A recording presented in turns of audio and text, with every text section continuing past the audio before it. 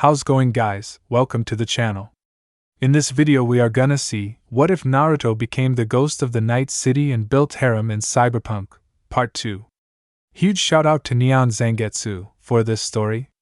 If you wants to see awesome fanfiction like this, don't forget to subscribe. Now let's get into the video. David saw the smoke first. He heard the sirens second, smelled the ash third, and then he was through, bursting out the alley to see their apartment in all its ruined glory. What was left of it, at any rate.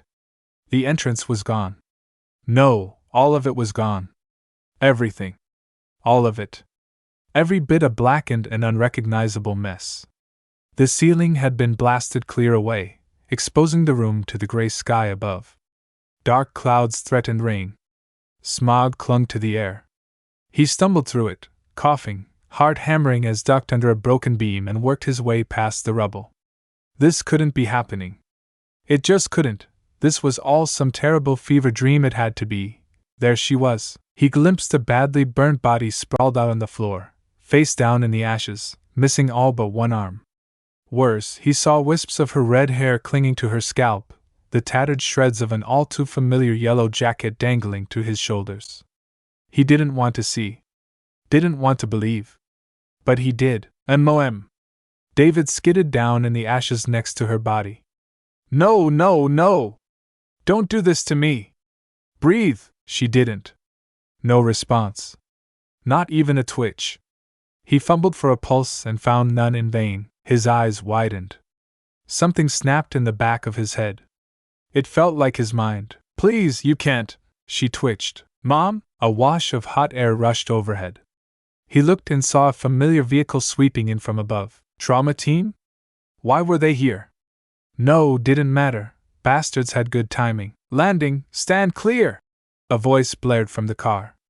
Initiating security protocol. Follow all instructions. Two men disembarked quickly. One swung out a collapsible stretcher of some sort and gestured quickly.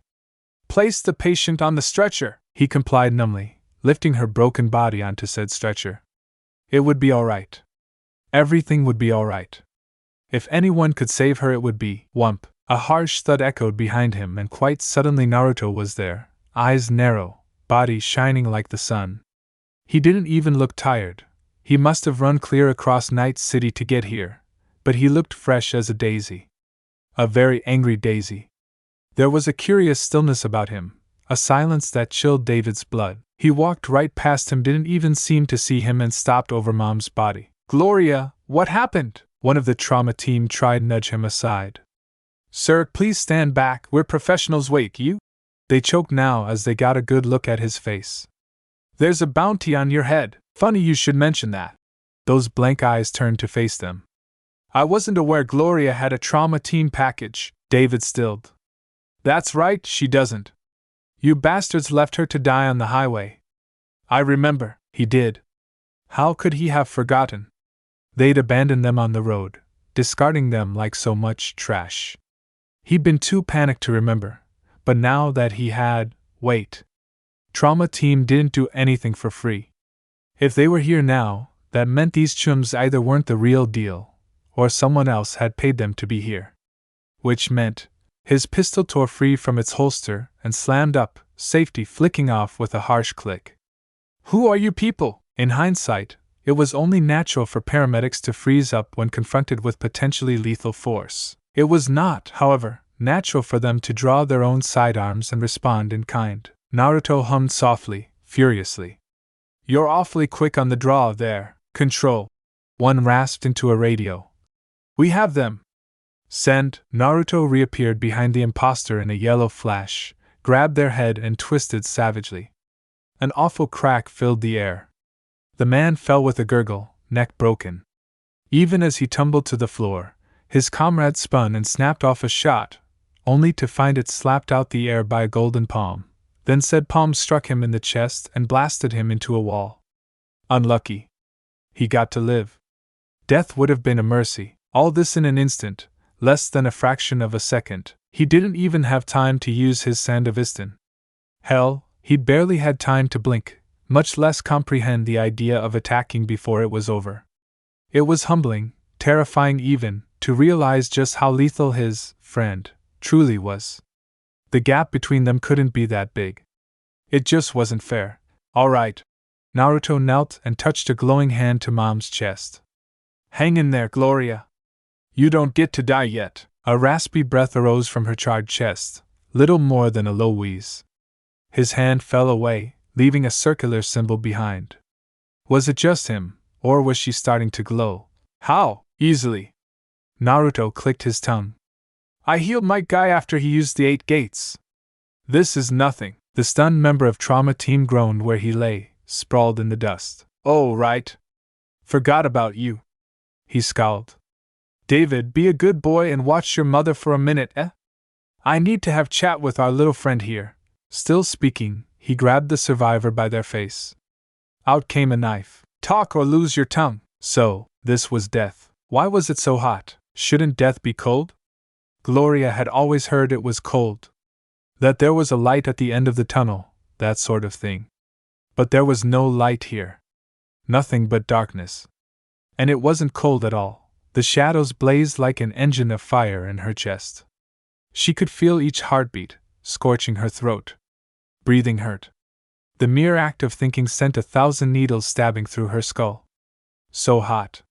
Too hot. It felt like her very blood was on fire. She doubled over, clutching at herself with both arms, but moving only made the pain worse. Was this hell? Hardly. Don't be so dramatic. That damn dirty voice again.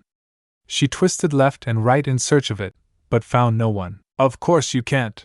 The voice came on again, reading her very mind. You have eyes, but you refuse to see. Rather, you're afraid to. Something shifted behind her in the gloom. She couldn't see it, but she heard it all the same. A chill shot down her spine, cooling the heat in her veins, if only for a moment. Don't turn around. Then again, she'd never been one to listen to common sense. If she had, she never would have come to Night City. David never would have been born. She never would have fallen in love again. She spun about, and saw. A massive fox lay sprawled before her, a beast apart, its fur a dark shade of red. 9 tails swayed lazily behind it as it regarded her. Its muzzle had so many teeth, too many teeth, each of which were presently bared in a vulpine grin that made her very soul shiver. An old proverb came to her frazzled mind. Stare not into the darkness, lest the darkness stare back. A little late for that now. So you have a spark of courage in you. The beast's grin grew, bordering on a sneer. Interesting. Perhaps you're not a complete waste of my time after all. Gloria grit her teeth and stood her ground. Something told her stepping back now would be a very bad idea. What are you? A piece of something greater, one that entered you when you first lay dying. Honestly. It made an annoyed noise. You've been a proper pain in my ass this entire time. I tried to warn you about that bomb, but you just wouldn't listen. Now look what's become of you. Do you have any idea what you've unleashed? No, of course you don't. Red eyes rolled in sheer scorn. Honestly, I don't know what he sees in you. If it were up to me, I would have let you die. Fresh pain racked Gloria's body from head to toe. Or was it her soul? She no longer knew, only that it was the worst hell she'd ever known. A plume of steam fled from her lips as she doubled over with a sharp cry. Her legs buckled and she fell to her knees, clutching herself. Golden flame blazed from her arm and crept across her body, bathing her in radiant light. And then came true torment, fire head pain agony burning. Make it stop. What happening to me? The fox gazed down on her without pity. You are becoming something more. Something greater than you were before. I had intended to make the process gradual and avoid harming you, but now I've no choice. You'll perish if I don't do something, even with his help. His voice didn't waver, even when she crumpled over on her side. Or would you rather die? Please, it hurts. If I stop, you will die. He was as implacable as the sun itself and thrice as cruel. Then again, healing means nothing if you no longer have the will to live. Would you prefer that? To just roll over and die, since you don't have the courage to face the dawn? The last tattered thread of Gloria's restraint snapped with an audible twang. How dare he? On some level she knew what the foxy bastard was doing, appealing to her emotions, trying to piss her off. It worked better than he could have possibly imagined. Gloria didn't erupt. She went berserk. I know you're playing me, but what the fuck am I supposed to do now, huh? Up went her blazing arms, the pain momentarily forgotten in her rage. What am I going to be if I die, huh? She railed at the fox steeped in darkness. Dead? Damned? Destroyed? A footnote in the paper? An obituary? Cremated into a bit of ash and left to rot in a jar while my son weeps for me? Her voice peaked further, breaking briefly as the fire licked across her body. Is that fucking all? What was the point in me surviving in the first place, then? Silence reigned supreme. It stoked the fires of her fury to new heights. Damn him. Damn Natal. Night City will just keep going, won't it?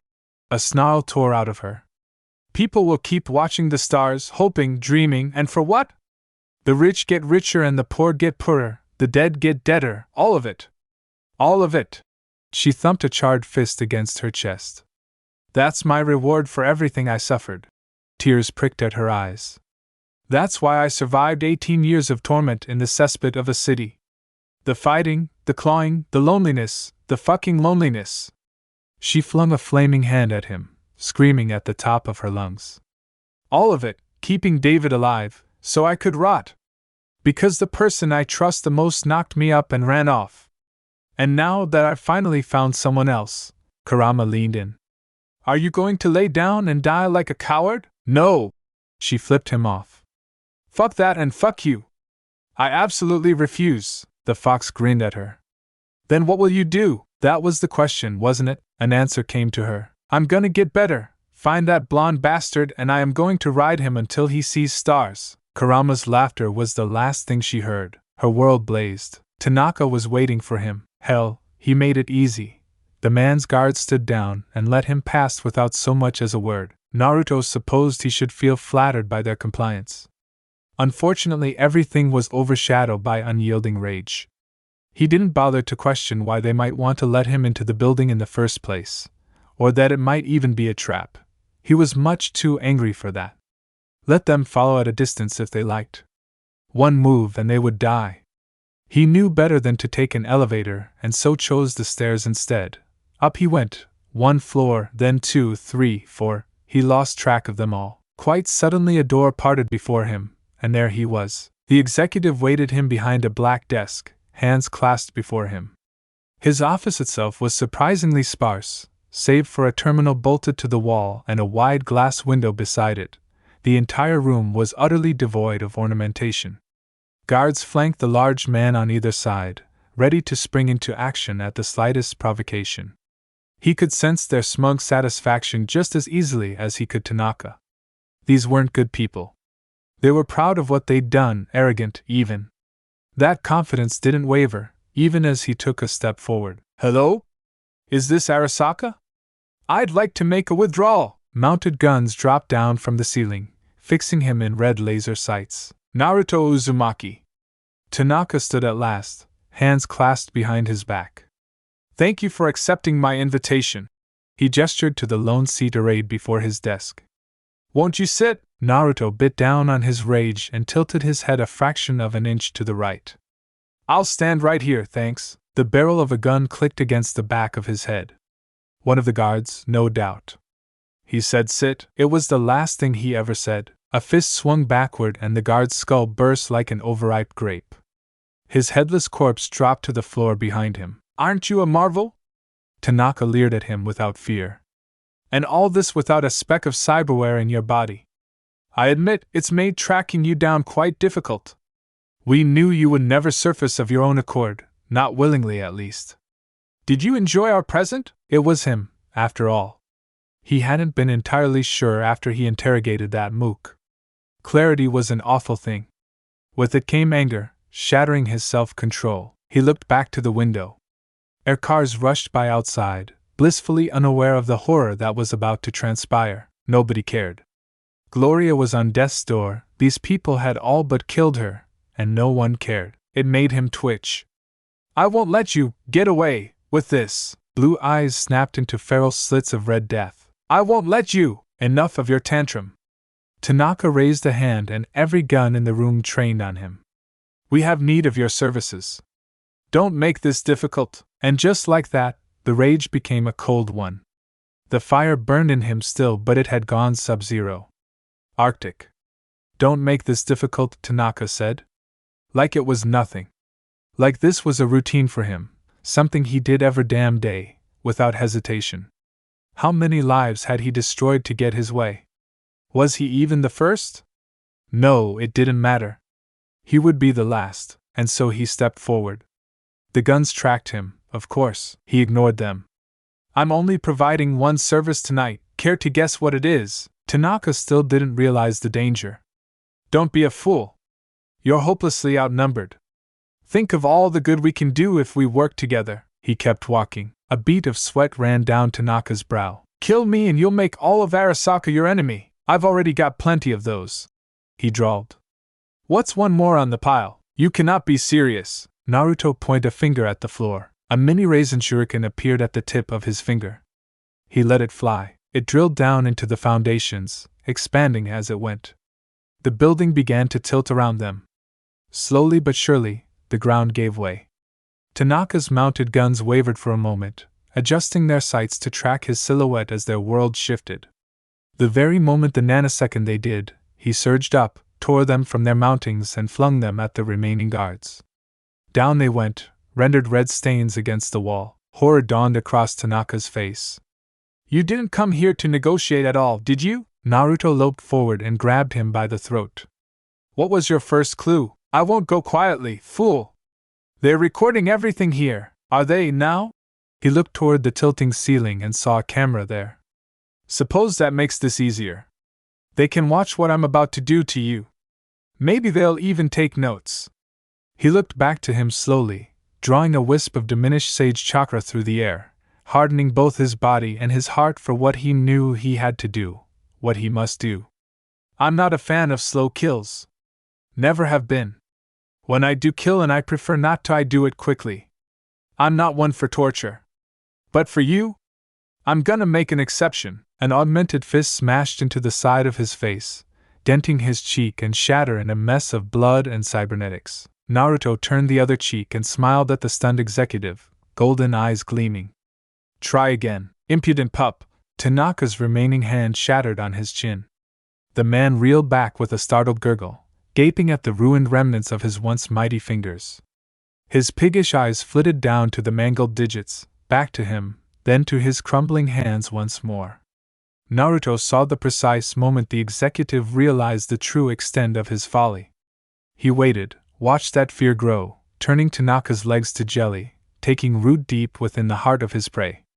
The realization that he was better than him, that he knew it, that he was going to die, and then, he struck like a soundless viper, burying an arm in Tanaka's gut with, sheathing the limb up to his elbow until he found what he wanted. Well, would you look at that? He leaned and grinned, wrapping his fingers around it. You have a spine after all. Who knew? He tore his arm free, leaving it but disemboweling him at the hip as he went. There was surprisingly little blood. Remarkably, the man remained standing. Huh! He frowned at the hole he'd left in him. Cybernetics really are a crazy thing. That would have killed a normal person. The Arasaka executive garbled something that sounded vaguely like a curse. His very existence irked him. Even now he tried to speak. You don't seem to understand. He grabbed the older man by the hair and swung him around, forcing him to face the window. This city belongs to the people. Not the gangs. Not the corporations. And certainly not you. Light shone on him through the glass. He looked toward it, mildly bemused. Gunships? There were an awful lot of them out there. Tanaka rumbled something that might have been a wet laugh. Foolish boy, I have an army. Do you now? Naruto pointed to the sky outside. Let's test that. The glass shattered as a wave of golden chakra left him in a rush and assumed a familiar shape loomed just outside for all to see. Tanaka whimpered at the sight of Kurama in all his almighty glory. His men probably did more than that, but he'd never know as a massive arm swept down in a singular sweep. Explosions rippled outward as each hovercraft evaporated in a roaring fireball. Some of them tried to sweep backwards, only to be caught and crushed by 9 towering tails. Naruto tilted his head. I have a Kurama, he hummed. Your argument is invalid. Tanaka slumped in his grasp and muttered something incoherent. Not good enough. He wanted to break him. Make him feel the same terror Gloria had before that bomb went off. A shadow fell over him. Kurama's skull leaned through the shattered building, face set in a frown. Naruto, you need to calm down. This isn't you. Isn't me? He snapped at him, snarling his old friend into silence. This has always been me. I protect my friends and she got hurt because of me. This bastard isn't getting off easy. I'm going to make him pay for what he did to her. Gloria is still alive! You didn't fail her. Yes, he had. I don't wanna hear it. Blow this place sky high. The old fox heaved a sigh but didn't otherwise argue with him. As you wish. Naruto hoisted Tanaka over his shoulder and ran. Ran down the building as it Kurama blasted it to pieces behind him. Ran through the alleys. Ran up every building he could. All the while he hauled his victim behind him, smashing the man's face down again and again, until he was an ugly bruised, shattered mess. Broken and beaten but alive, for now, he finally reached the top of a skyscraper and dangled him over the edge. Let's start with your face. No one's going to recognize you once I'm through with you. Tanaka surprised him with a laugh, half crazed. Is this your grand plan? Threaten me? Torture me? Make me talk? He looked him up and down. Seems to be working so far. More laughter. Had he broken him? Of course it is. The dying man laughed at him. Because that's just what you do, isn't it, boy? You rush in without a plan, throw caution to the wind. And everyone around you pays the price. He grabbed at his arm with broken fingers, leering through broken teeth. Kill me if you like. It won't change your fate. I believe in the ideals of Arasaka. I'll gladly go to the grave for them. Those hands fell away, submitting to gravity. You think this dies with me? Lord Saburo will finish what I started. You'll never know any peace. Maybe you're right. That got a blink out of him. I am? You are. His head bobbed in agreement. Not everything can be solved with violence. A man needs to be strong, yes, but he also needs to be good. He needs to know when to hold them and when to fold them.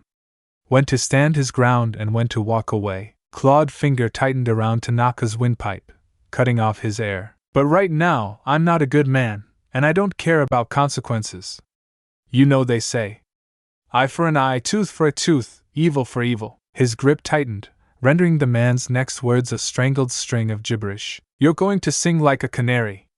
You just haven't realized it yet. Golden hands clamped down on either side of Tanaka's head. Tell me everything about Arasaka. You killed him, didn't you? The blank look in Naruto's eyes said it all. He'd stalked into the room, eyes vacant, looking half dead. Rebecca knew it at a glance, as if the blood on his face wasn't enough. She recognized that look, seen it on a chum or two right before they went off the deep end. It was the expression someone wore right before they went cyber psycho or worse. Problem was, Naruto wasn't insane. He knew what he was doing. What he'd done. He'd already wrought far more havoc than a crazed killer ever could, and unlike a cyber psycho, he didn't have the excuse of losing his mind to fall back on. She'd seen the footage. They all had. An Arasaka building flattened, blasted to the ground by a giant golden fox. Said fox had vanished into thin air by the time the authorities arrived, leaving an untold amount of dead bodies in its wake. Adam Smasher had arrived on the scene too late, unable to do anything but grumble at the mangled bodies left behind. All of them belonged to Arasaka. 100 dead. No innocence there. Sasha had laughed herself silly at the corpo's plight, and promptly gotten blackout drunk. As to the others, well, he'd really done it this time, hadn't he? Meh, not like she'd planned to die old or anything. How's Maine? Becca blinked, startled to find the bloody blonde staring down at her. He was getting blood all over the floor. For a moment she actually felt a little thrill of fear shot through her. Stupid, she knew. He'd never hurt her. Not so good. Dorio's been keeping him on ice so like you asked so he doesn't wake up and go ballistic. But that ain't gonna last much longer. And Gloria? Resting. David hasn't left her side, he grunted at that. Let me see Maine, alone. Her grimace became a scowl. Dorio ain't gonna like that. Didn't ask, don't care, buzz off. He stormed past, making for the clinic door. Hey, hey! She snatched his arm and yanked him back. He must have really been out of it, because she was actually able to. Wait. There's time to talk. How you holdin' up? Naruto blinked at her. He blinked hard. Me? She planted a fist on her hip. You see anybody else here? Something flashed through his face, gone before she could seize on it. I killed a lot of people today. You did? She nodded. How do you feel about that? I don't, he said slowly. Not really, she balked. Huh, I was so angry at the time, but now I just feel tired. He heaved a sigh and palmed his face with his free hand, blue eyes peeking between his fingers. They're not going to stop. I think that's what Tanaka meant before I killed him. This is only the beginning. It might take months or years, but they'll never stop coming until I stop them. Cut all the heads off the Hydra, you know? Every last 1 inch. He was rambling now, laughing the laugh of a man pushed too far, too hard, too swiftly. I'm gonna have to kill more people before this is over. It's the only language these people seem to understand, and I hate it. His voice broke under the strain and something cracked in her heart. Come here. She drew him closer. Just see me here. Damn it, she hated being short sometimes. The best she could do was hug his midriff. I'm not the best at this sappy shit, but you can talk to me if it helps. You're holding a murderer. Bitch, I've killed people, too. Loads. He looked away. I'm getting blood all over you, still don't care. I'm never letting you go.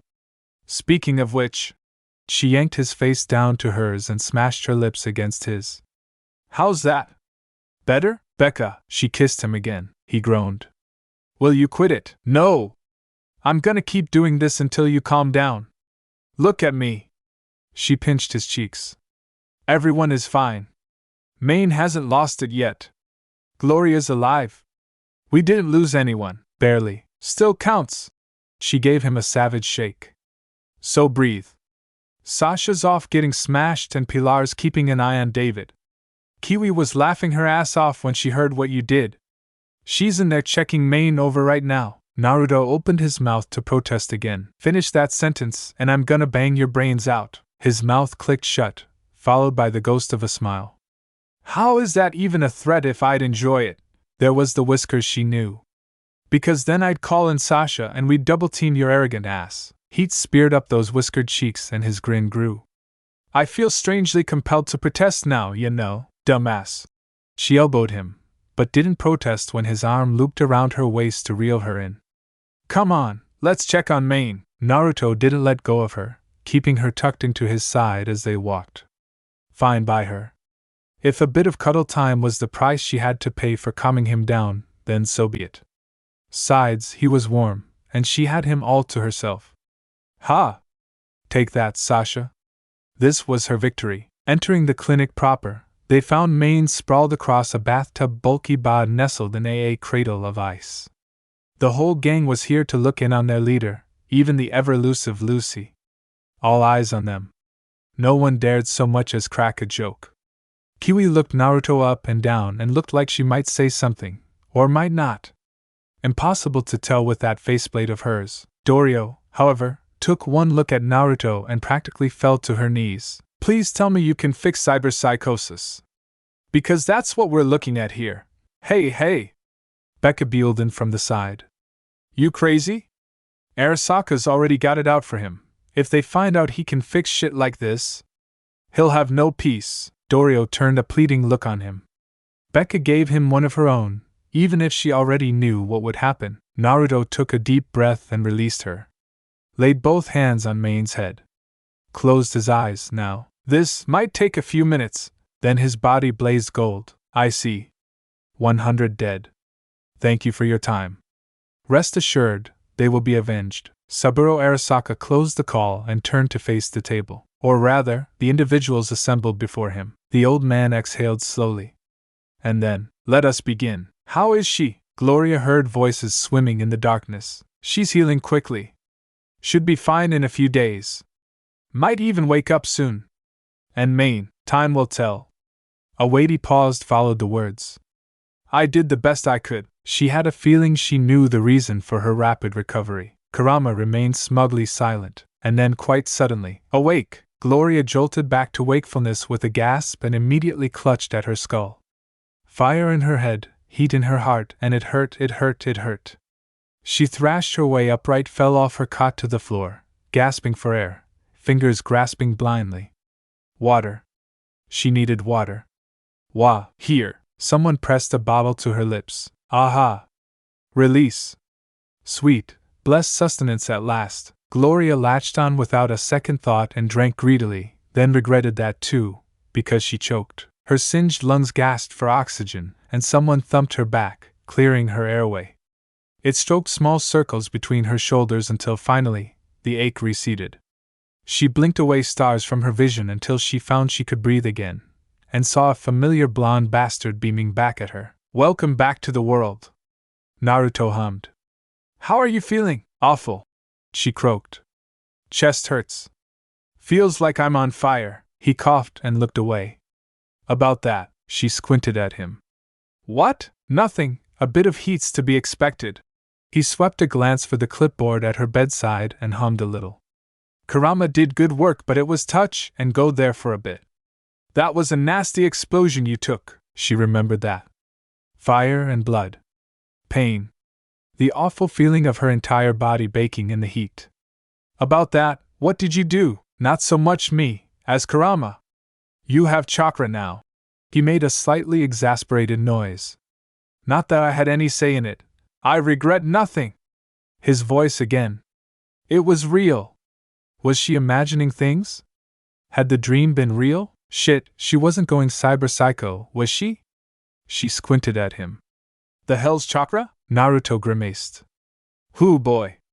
That's a long explanation. A fresh ache rattled Gloria's body as she tried to speak and failed miserably.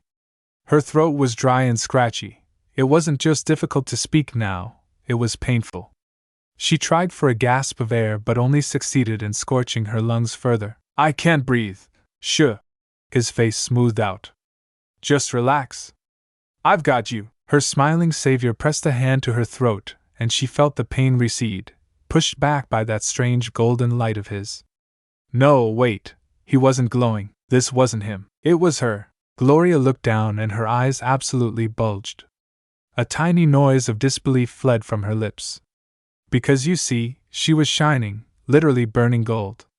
Had she a mirror, she would have realized her eyes were burning like the sun, searing a stark shade of amber red. Her body shimmered with ethereal light, beautiful black marks etched against the flame. And yet, for all that, was no pain. Tell that to her brain, she panicked. Fire? Why am I on fire? You're not really. Naruto caught her hands as she tried to pat herself down and held them. That's just Kurama at work. Fear gave way to anger deep within her. Explain! She flung up her arms. How are you like this? How am I? Who even are you, really? Her let her go and scratched the back of his head with a rueful laugh. It's a bit of a long story. She grabbed his arm and yanked him close. Start talking, all right. He steered her back to the bed and plunked down beside her. Suppose I owe you that much, just like that? Wait, what was he doing? And why was she so sleepy? He touched his forehead to hers. Let me show you.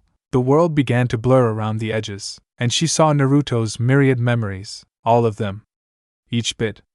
Everything. Gloria fell into them all. It was a sudden and abrupt thing. One moment she could feel Naruto's forehead against hers. In the next, the world lurched, and she found herself tumbling, falling, yelping into the black. A hand caught her and reeled her back. She caught sight of a gleaming golden glint in the gloom, one that rapidly resolved into the blonde himself. We'll start at the beginning. He granted her a small, sad smile. Once upon a time, there was a boy and a fox. The world rippled around them. One moment there was naught but the void. In the next they stood before a burning village and a familiar massive kitsune rampaging through it. Kurama made an annoyed noise. Not my proudest moment. A man and a woman sealed the beast into a boy.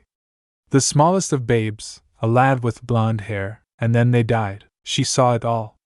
Each painful moment, heard their last, dying words. It hurt more than she could ever explain, made her think of leaving David all alone. No! She stepped back, shaking her head. I don't want to see this. I don't want to hear it. Take it away, as you wish. Naruto waved a hand and the scene blurred. The boy was grown now, sitting alone on a swing, watching from a forlorn distance as other children played without him. He was a human sacrifice. Naruto hummed beside her, whiskered face betraying nothing. In my tongue, a Jinchuriki. The boy was alone for much of his young life. Many thought him the monster he contained. But he didn't let it break him. His hand moved again, and so too did the scene unfold. Like pressing the play button on an old vid, the boy tried to give a girl with pink hair flowers. It did not end well, no matter the circumstance. She saw the hurt flash across the little lad's face before he concealed it with a cheery smile. Her mothering instinct nearly kicked in then and there. It would have, had she noticed someone else as the scene played out. Another girl watching him from afar, a shy little thing with dark hair and pale eyes. Curious. Take a walk around if you like. Naruto sounded almost amused. It's an old memory. Gloria granted him a quick glance, but did just that. Don't want anything to do with him. The pink one was ranting to a blonde girl wearing white and purple. He's the dead last. My mom said he's a monster. Naruto's younger self pretended he hadn't heard, but he must have, else this wouldn't be in his memories. She tried to touch him, but her hand passed right through him, as though he didn't exist. This was your childhood? She looked to him. They treated you horribly, some of them did? Naruto turned away with a wistful expression. Some didn't, though the boy failed to realize it at the time. Maybe things would have been better if he had. Gloria followed his gaze. Sure enough, the shy girl was gone. She'd vanished to parts unknown. A small sigh slipped from her lips. She didn't know what she was missing. The bemused blonde waved his hand and the scene wavered rapidly. She found herself standing in a forest as the blonde boy, there could be no doubting it was Naruto now, stood over a beaten and battered man Mizuki. His memories cheerfully supplied the name, hoisting a massive scroll under his arm, grinning like a loon. A wounded man wrapped a blue headband around his head, etched with silver. The boy wanted to be acknowledged by those who rejected him. So he decided to become Hokage. To prove himself. Here at last, a small, sheepish smile plucked at the corner of his mouth. It was an interesting time for him. Events moved rapidly after that. The images wavered again, and she found herself bombarded with sights and sounds she'd never experienced before. A masked man with silver hair, a bell test, learning to work together with his teammates, one of whom was the pink one. Gloria knew she shouldn't hate a child, but she felt an ember of anger spark in her chest whenever the pink one, Sakura, turned him away, or worse, struck him. As to the other one, Naruto hummed. I almost forgot how much of a broody bastard Sasuke was in the beginning. Suppose he had a reason to be. The world rippled again. When next it came into focus, he stood over him, a younger Naruto, skewered by needles. But even so, he was my friend. What followed frightened her. The boy appeared to die, perishing in young Naruto's arms. He hunched over him, went berserk. The crimson chakra, the feral transformation, the absolute rage etched across the boy's face. It was but a glimmer of what she'd seen before, the raw cry of a child who'd lost something oh so precious and hadn't realized it until the very last moment.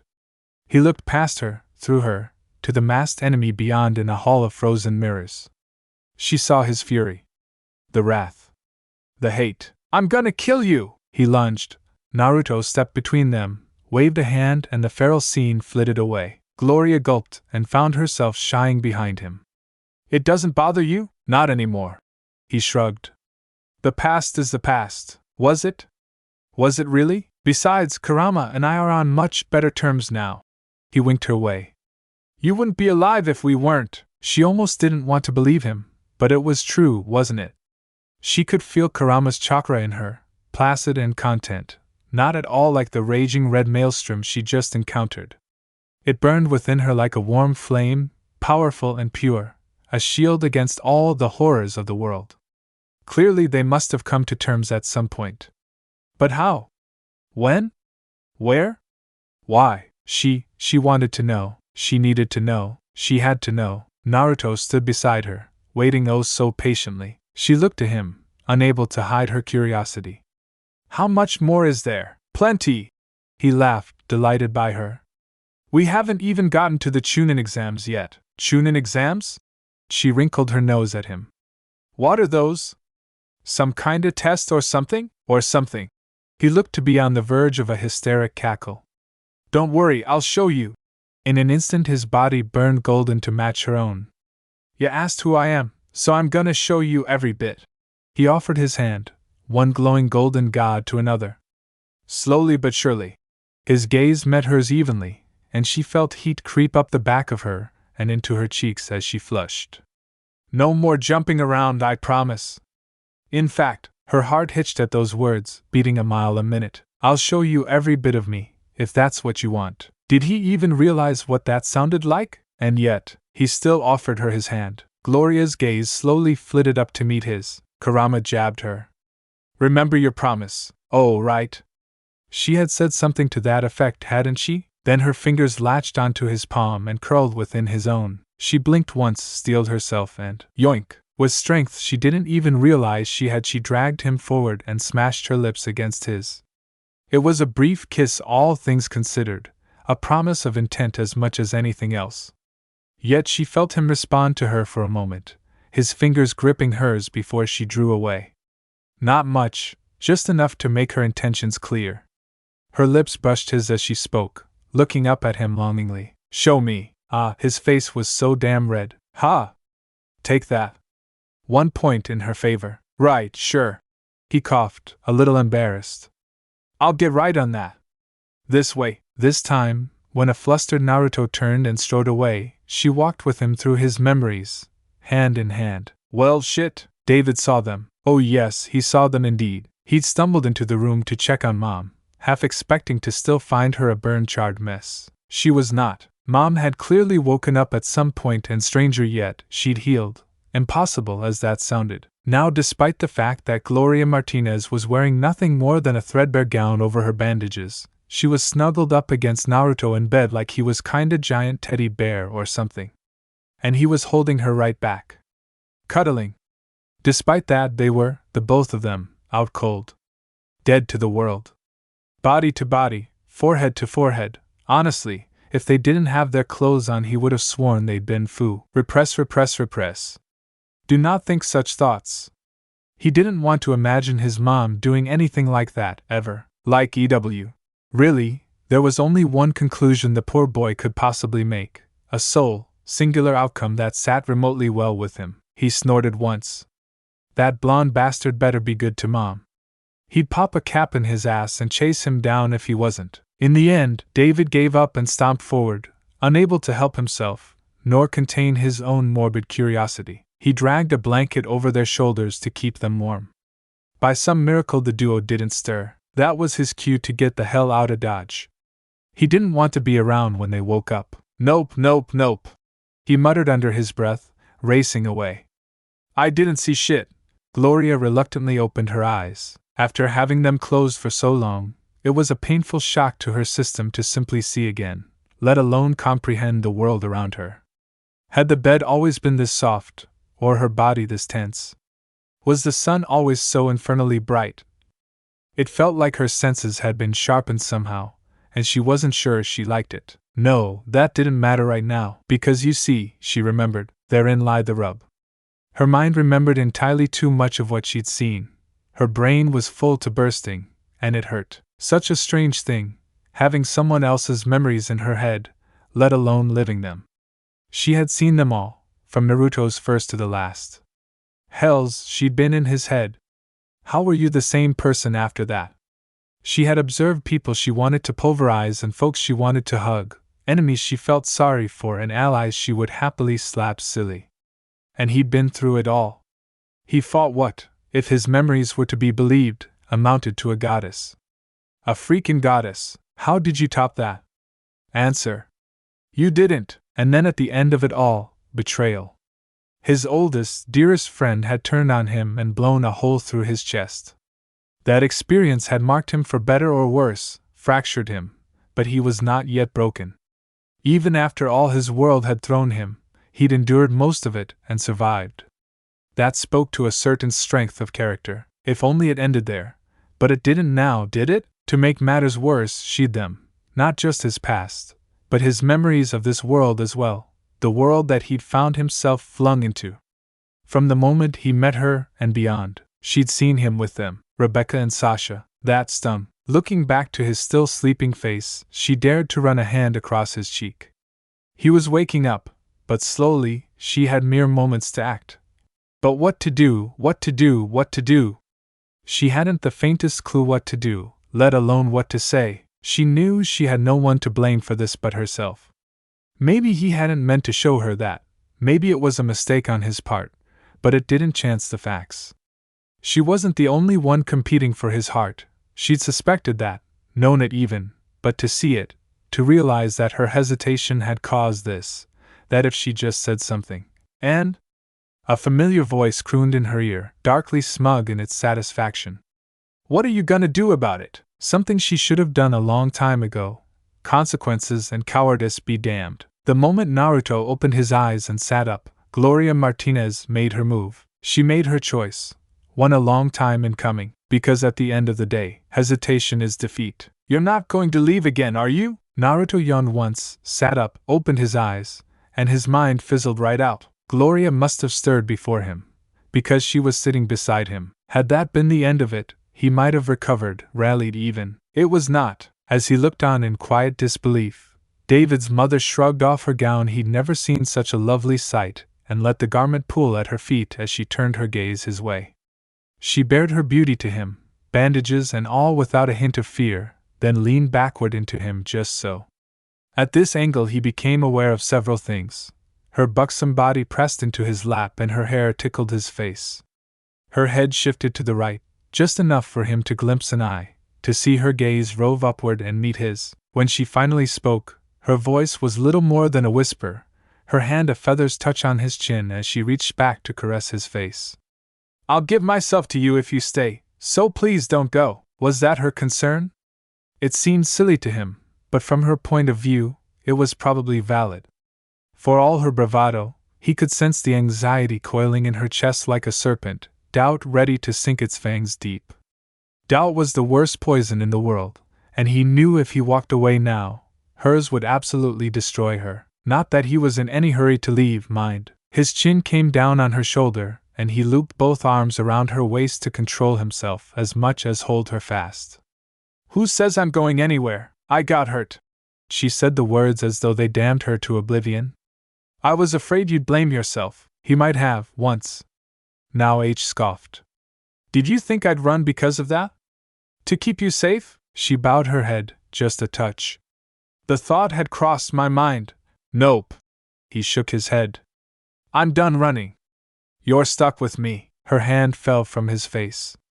Is that a promise? He lifted his chin a little. It is. Good.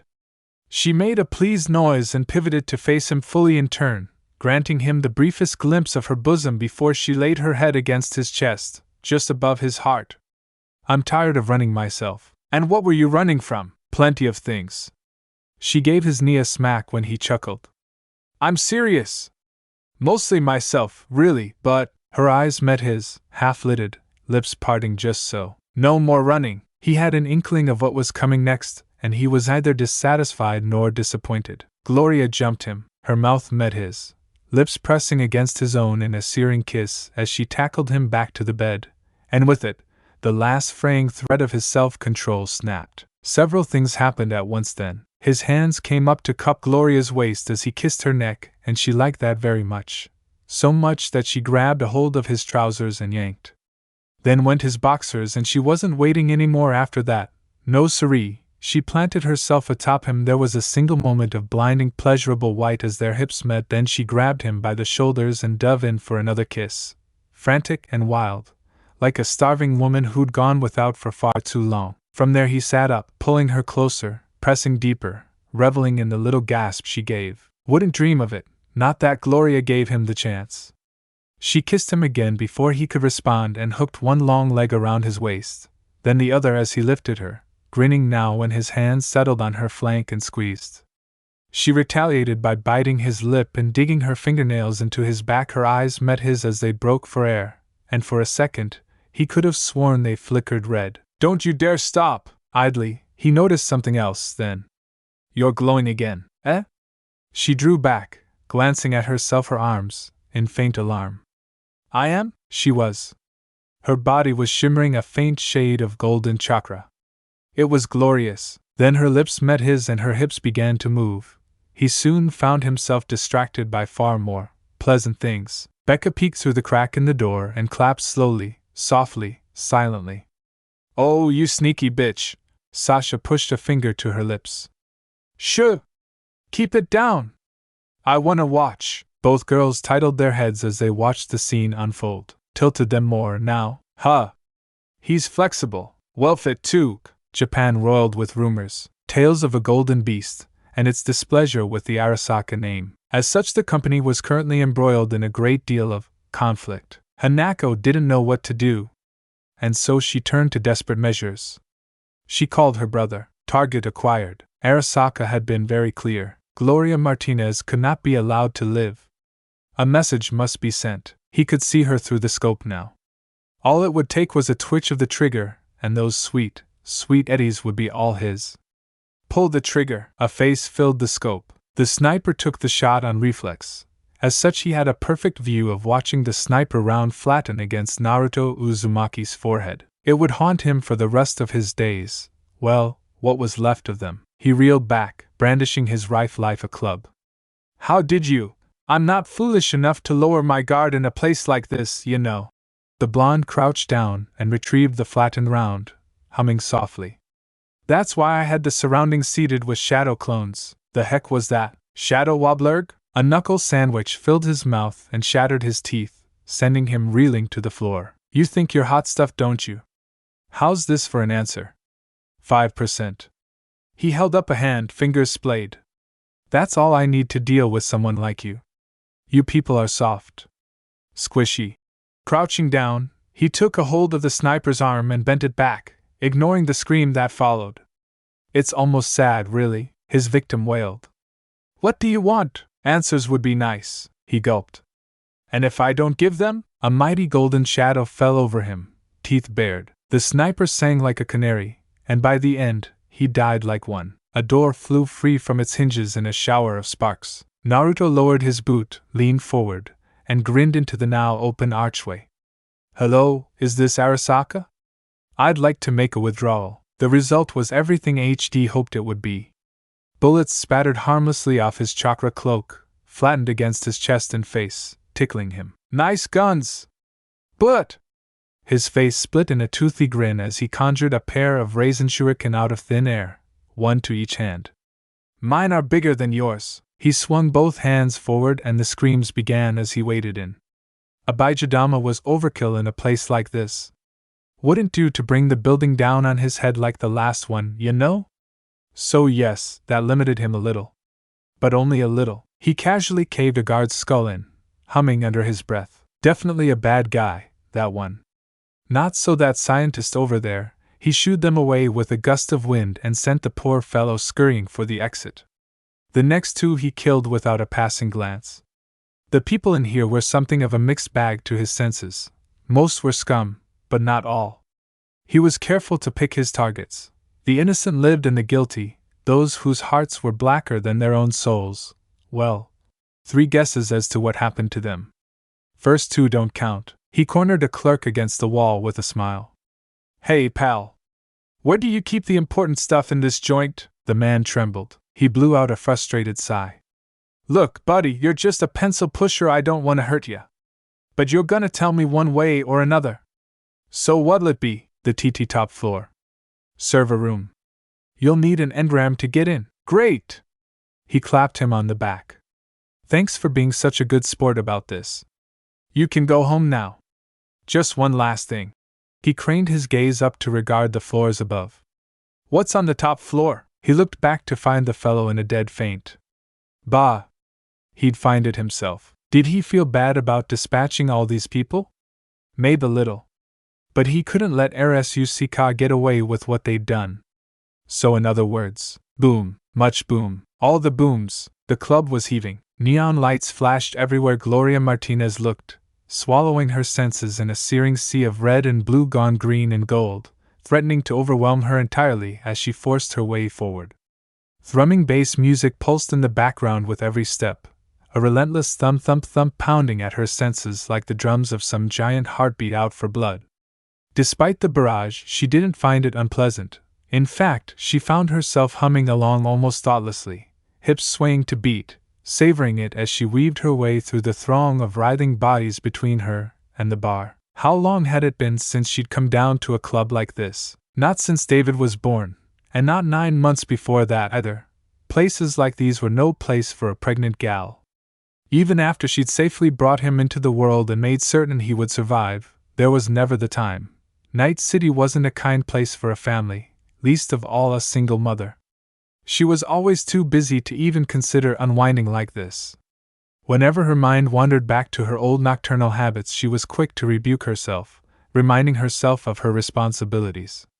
On and on it went, an endless cycle: struggle, strive, stymie, scrape, scrounge, scarper, sweat, scream, survive. Being a responsible adult sucked, and it sucked hard. Yet here she was now, years later. How the tables turned. She caught sight of herself in a nearby pane of glass as she walked, strutted, passed and paused, marveling at herself. A stranger stared back at her. She scarcely recognized herself at the moment, and not for lack of trying. Amazing what 3 months in a proper disguise could do to a gal, you know. She'd grown her hair out ludicrously long for once, well past her arse, nearly to her knees.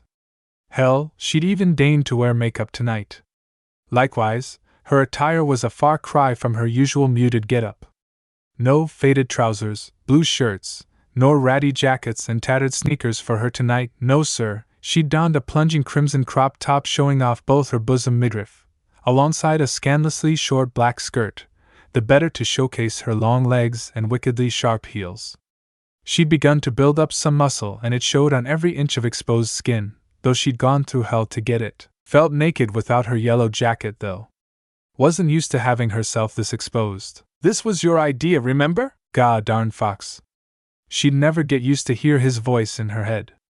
I know. Relax. If anything happens, Naruto and I will be right here. That lifted her spirits a little. David would make better use of her jacket in any case, though, and it would have slowed her down tonight. Less for gonks to grab onto. Still, it was a rather strange thing, feeling so vulnerable, but also so powerful at the same time. There was a distance now between who she was then and who she'd become, a distance she could never overcome. She couldn't go back to being that weak, powerless waif even if she tried. In many ways, the old Gloria had died in that explosion, and like a phoenix, she'd risen from her ashes. But back to the task at hand. Focus up and all that. Tonight she was bait, she knew that, and she was fine with it, really. This role had been her idea, and while not everyone in the group was entirely happy about the part she had to play Naruto, and David least of all, she was insistent. It had to be her, if only because someone else might have gotten it wrong. Tonight was to be her test. Her proving, if you will. A chance to get one back in Arasaka, or Arasuka as Naruto insisted on calling them, and show the world. Bastards had wrecked her apartment, ruined her life, put a bounty on her boy's head, and for what? Just to get at Naruto. Payback was well overdue. Tonight the scales would be balanced. Her irises glowed gold for a moment, built-in tech scanning the writhing mob of dancing bodies before her. No sign of her target yet. She couldn't even consider them people, not really. How sad. Most folks came down to the lower levels to forget their woes, get blitzed, and party like there was no tomorrow. For some of them, there wouldn't be. Night City ate lives like chump change. She could feel their negativity, their desperate need to escape the hell that was their lives. She pitied them. She hated them. She wasn't sure what she felt. It was just so much. If she let herself focus on all these emotions, she would down. How does he live like this? He doesn't. Kurama hummed in her ear, a specter only she could hear. Most of the time he switches off and does what needs to be done. She walked past the girl David's age, a pale, skinny little blonde in a blue dress clutching at a shot glass for dear life. Some bruiser was looming over her. Poor thing was terrified. Gloria brushed past them and poked the waif's hip with 2 fingers, interjecting not chakra, but a subtle amount of courage. The woman perked up, made her excuses, and fled from her unwanted paramour. Gloria hummed, quietly pleased with her good deed for the evening, until the bastard went and grabbed her ass. Heat seared up her neck. Then came the rage. Pivoting in place, she glared at the offending party, only to find herself looking up, then up some more. Bald head, red visor, and an ugly metal jaw where his mouth once was, with ghastly wicked black markings zigzagging all over his chrome. She recognized the marks on his trousers and leather jacket sure enough. Maelstrom. More chrome than sense. The guy was big though, only a little smaller than Maine. Small wonder that poor girl had been so terrified. Once, before her first fiery transformation, she would have felt fear herself. Now, a single word blazed to the forefront of her mind. Mongrel. Only one man was allowed to touch her, and this asshole was not him. Her lips pursed as she fought down a reflexive sneer. Must not kill. Killing would blow her cover. Hey baby. The idiot ignored the rictus of quiet fury on her face naturally, as idiots were wont to do. Ain't seen you around here before. That's right. She placed one hand on her hip, fingers furling into a fist. You haven't, don't be so cold. He made a grab for her shoulder, only to scowl when she dodged back out of sheer revulsion. Credit where it was due, he recovered quickly. How much for a night with ya, gorgeous? I just came off a sweet score for Arasaka. I've got eddies to burn. Her right ear twitched. What was Arasaka doing using goons like Maelstrom? They had people for that. Still, this was news the gang needed to know. Is that so? Her earpiece, silent for so long, sprang to life as she uttered the code words. Lucy's voice hummed happily at her not a heartbeat later. On it. Let me see what he's hiding. Oh! What do we have here? Unfortunately, the big bastard mistook her silence for acceptance and grabbed her wrist. What do you say? Play your cards right and I might throw a few of these eddies your way. Maines heaved a heavy sigh in her ear. You just had to be a good Samaritan, didn't you? Still, looks like it worked out in our favor. We don't have time for this. Becca's voice overlapped his a moment later. Ditch the idiot and move on. David was decidedly less subtle about it. Break his jaw, Mom, or just kill him, Sasha chimed in. We've got his details and dead men tell no tales. Naruto's wholly unamused voice filtered in after hers, rife with smoldering fury. Whatever you do, be quick about it. Target's gonna be here any minute now. Take him out or I will. Easier said than done, she muttered under her breath. The Maelstrom goon growled. What was that? I said nice hat. She raised her voice to be heard over the music, his brow furrowed in confusion. Huh! I'm not wearing a. She snatched cap from a passerby and yanked it down over his head, briefly obscuring his vision. The moment he raised both hands to remove it, clunk, her heel swept up and struck where the sun didn't shine. Bastard clutched his groin and dropped to his knees. The moment he did, she grabbed him by his vest, reared back, then headbutted the daylights out of him. His body dropped down at her feet with a dull thud, out cold, to which she stepped over him and moved on. No one paid them any heed. Karama whistled.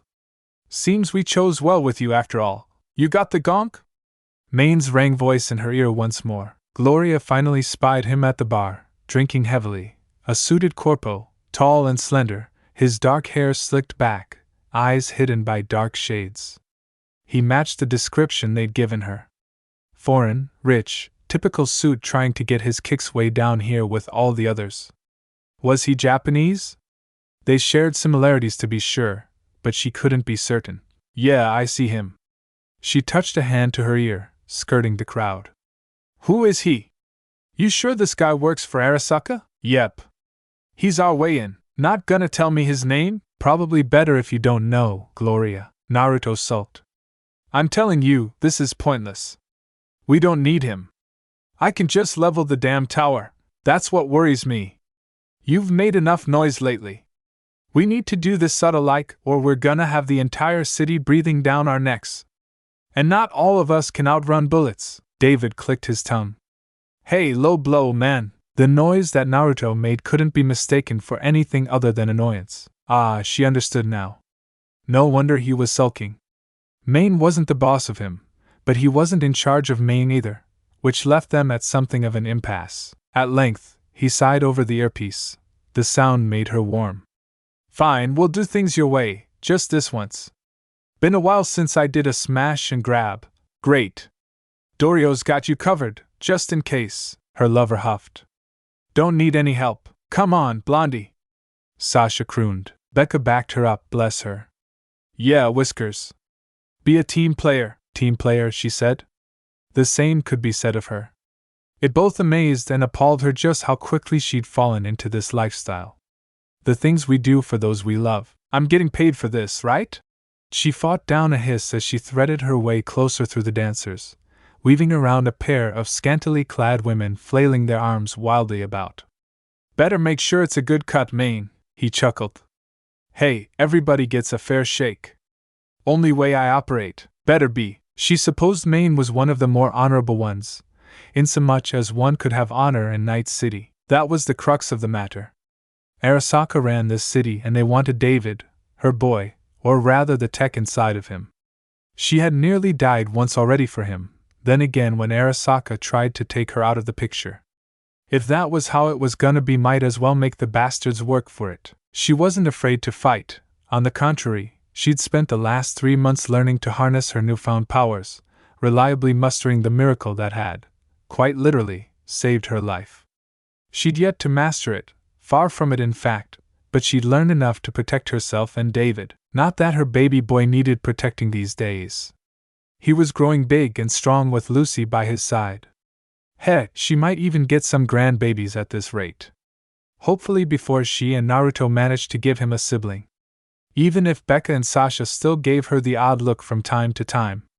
She wasn't about to let those two get another leg up on her, even if Sasha technically already had. At the bar, the sake executive perked up suddenly, glancing left then right. Sasha swore. Shit! He's looking around. Something spooked him, or someone. Becca muttered blackly. Gloria huffed. Hey, it wasn't me. She was still getting used to this whole chakra thing, but she knew enough to avoid being made, and besides she wasn't anywhere near this guy. There was just no way he'd noticed her. The man looked her way, stared right at her, and raised his glass in a salute. As she looked on aghast, he drained it, set it down upon the table and crooked 2 fingers her way, beckoning to her in clear invitation. Gloria's blood turned to ice, but nothing happened. He turned his back on her without a second thought, awaiting her arrival. Naruto swore something in a language she didn't understand. Well, shit on a stick. Maine blew out an angry breath. Didn't see that coming. Yeah, no kidding. She hissed out a breath. What should I do? He wants to talk? Talk. Gives us more time to set up. You sure? Best as I can be. You wanted a chance to prove yourself, here it is. Kiwi Pilar. You got her covered? Yup, sure thing. Hey, wait a minute. What about me? Ah, her baby boy. Always eager to prove himself. You got the door covered, David? Well, yeah, good. He makes it past your mom and us, he's yours to take down. David didn't whine, but it was close. Fine. And if he gets past me? Naruto growled at that, a low throaty sound that made Gloria's heart pound and her blood burn. That's where I come in. Whoa. Her future husband didn't sound happy. What? She her priorities in order. She was gonna marry that man if it was the last thing she did, Pilar scoffed, his voice a low rasp. You really think he's gonna get past all of us? He's one of Sokka's high rollers. Gotta have some serious chrome under the hood. Who knows what kinda heat he's packing. Speaking of which, you really ought to think about getting some work done yourself, Whiskers. She couldn't see her lover's face, but she could just imagine his revulsion. No, thank you. Already got the glove you gave me. Barely got that figured out. Naruto didn't exactly have a thing against people with implants or modifications. He simply abhorred the idea of letting anyone cut him open. Pity that. He was already plenty powerful. With the right chrome he'd be unstoppable. Threading her way forward, she cleared the last group of people and reached the bar. The music was more muffled up here, the flashing lights less so, casting wild shifting shadow across everything. It cast a different sort of shadow across her own heart, crippling her courage. This was fine. Just fine. Fine. She only had to stall for time. Thank you for accepting my invitation. The Arasaka corporal planted both arms on the counter and turned to regard her. You are Gloria Martinez, correct? He spoke with an accent, but his words were clear, and his eyes all the more so. Associate of Naruto Uzumaki, correct? He knew who she was. He knew who Naruto was. Her lips pursed. I see. He read her face, though his own creased a little. My apologies for what you've been through. The company has ever been overzealous in its attempts to gain power. For what it's worth, I spoke out against the actions they took against you. Who the hell were you? That got a blink out of him, his composure cracking for a moment. You do not know? No. He shook his head.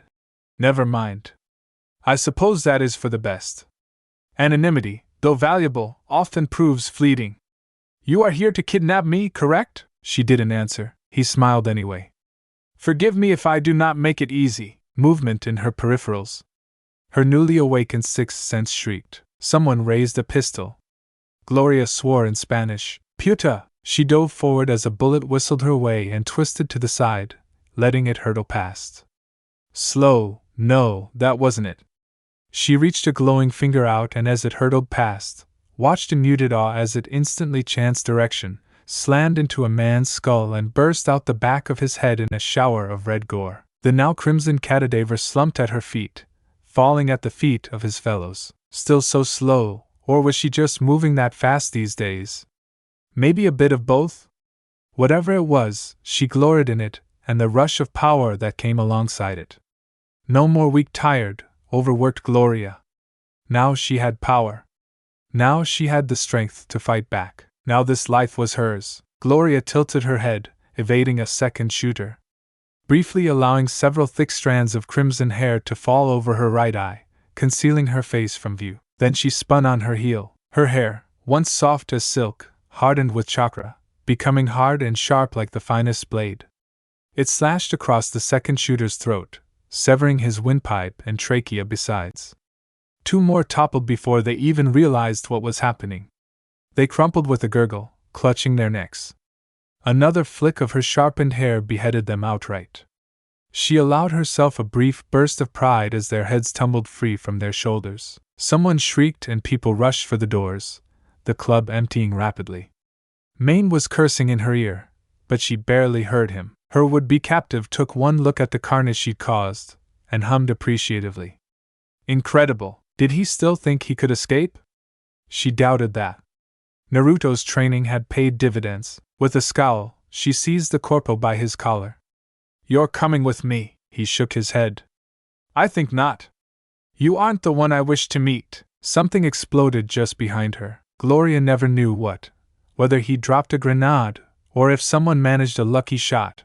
Only that something did, in fact, go boom. One moment she was standing upright, in the next there was a rush of heat and fire, ripping her free from her feet to fling her across the club. Her back struck the DJ booth, which promptly bent inward, knocking the air right out of her. Eyes stinging, ears ringing, she gasped angrily. Today just isn't my day. Maine's voice sparked in her ear. Gloria. Gloria! You got eyes on the corpo? She rolled over, ears still ringing, and saw a door slam open. Someone raced through it. South exit. David made a noise caught somewhere between a gasp and a snarl. Shit! Bastard was ready for me. Fried my tech. She was only just lurching to her feet and out into the alleyway when she heard Naruto's voice. Her earpiece crackled. I've got him. Indeed he did. A golden bolt raced past and slammed into the corpo's back, bowling him over. He ate dirt. Literally. Lost some skin for his trouble, too. Naruto grabbed him by the shoulder, flipped him over, and promptly placed a boot on his chest, pinning him in place. He leaned in close, eyes gleaming gold. Salutations! Oh dear. You knew he was pissed when he started flinging fancy words around. Hello, friend. Let's have a chat. The corporal surprised them with a bark of laughter. You have no idea how long I've been waiting to hear those words. Naruto paused, and Gloria with him. My name is Yorinobu Arasaka, second son to Saburo Arasaka. The man grinned up at him, baring bloody teeth as he coughed. Greetings, Naruto Uzumaki. You are a most difficult man to find, yeah? Naruto clenched a fist and reared back with a growl, ready to knock his daylights out. You're about to wish you hadn't met me. He wasn't prepared for the laughter. On the contrary, I'm glad I did. My sister will be less than thrilled, but needs must, I suppose, explain, gladly. Placing myself in harm's way was the easiest manner by which to meet you. Allow me to make this easier. Yorinobu raised his hands, palms open, fingers splayed, and smiled. I surrender, Yorinobu Arasaka. To his credit, Naruto didn't flinch, not once, even when Gloria got up in his face. Yorinobu Arasaka. She repeated the name, dragging the last word out in an aggravated growl as she pressed her forehead to his, making her exasperation abundantly clear, just in case her future husband didn't get the fact that she was angry through his thick skull. Not some no-name corporal crapper, but the son of Saburo Arasaka. That is my name, yes. Their resident redhead whipped around and glared glowing gold daggers at said Arasaka where he sat, chained to a chair. You be quiet! You're not involved in this. I am feeling rather involved at the moment. Gloria's gun came up, laser sight tracing a thin red line toward his head with intent. And how about now? The executive blanched. Slightly less so. Naruto ran a hand through his hair with a rueful sigh. To be fair, he'd expected some small semblance of a reaction once Gloria realized who their target was, but nothing like this. Was this how it felt to be an adult?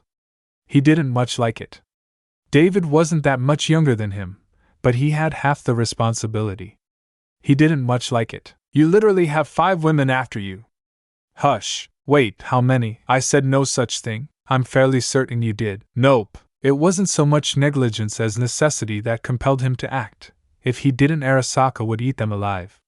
Hence the big fish. Yorinobu. He'd been wary of him and still was, but the man. Then again, he hadn't expected Yorinobu to surrender either, so he supposed that was par for the course. Today was just full of surprises, wasn't it? In the end, their not-so-little group had retreated back to base, prize corpo in hand, content to ride out the Kiwi and Pilar were keeping watch topside with Dorio, eyes peeled for any sign of trouble. No slouching on their part. They'd know the second reinforcements arrived. That left him, Glora, Becca and Maine, Sasha, David and Lucy down here to interrogate the poor mook. 7 people. More than enough to deal with one guy. So why did he have a bad feeling about this? No need to be so aggressive. Yorinobu was saying as he came back to himself. If I meant you any harm, we would not be having this conversation. Yeah? Gloria growled and backhanded him with the butt of her pistol, drawing a pained grunt from him. Given what your company has done to me and mine, I'm feeling pretty damn aggressive right about now. David whistled in the background, not helping matters any as he planted both hands in his pockets and smirked proudly at his mother. Damn, Mom. Since when did you become such a badass bitch? Since I nearly died. She snapped back, never once looking away from the treacherous snake in their midst. And language, young man. Don't make me wash your mouth out with soap. Lucy elbowed him. Stepping on a dragon's tail there, lover boy. Don't gotta tell me twice. Even Naruto winced a little at that. You didn't mess with an angry mother. It just wasn't done. Sasha still smiled, but she at least knew when to hold her tongue. Becca wasn't quite so tactful. Heh. Mama's boy. Naruto gave her a cross look. What? He totally is. Be nice. That does it. Gloria snapped at something he hadn't heard David say while he was distracted. Both of you out. That means you too, Lucy. What? But Mum. No buts. You and Lucy. Out. Now. Maine uncrossed his arms and levered himself off the wall, finally deigning to speak. Probably for the best, kid. Trust me, you don't want to be here for this next part. Was he implying torture? How uncivilized. As if they needed such tools when he could sense negative intent alongside a lie. In truth, he just had to unleash Kurama. That'd be more than enough. Not that the dynamic duo over there knew that. However hardened David might be, however far he might have come from that skinny boy he met, he still blanched at the idea of tormenting another human being. Not so Lucy. She was clearly no stranger to such, but she was hardly about to leave her partner high and dry. Phythian. They departed with a huff. Good. That's the kitty sorted. Gloria's gaze whipped back to Yorinobu. And as for you, had he his hands free, Naruto suspected the poor fellow would have raised his hands in surrender. Unable to do so, he merely bowed his head instead. You have a rather fiery wife, Uzumaki-san. Gloria's face burned to match her hair. Wife? I'm not his partner? Saburo's son interjected with a wan smile not wholly devoid of mirth. And yet you act like it. He is lucky to have someone like you watching his back, among others. Sasha and Becca glared holes into his spine. Naruto scratched his head with a rueful laugh, unwilling to look their way and risk being tackled to the floor or worse. Embarrassed though he was by this misunderstanding, he didn't bother to hide his smile. Quite the contrary, he practically preened with pride.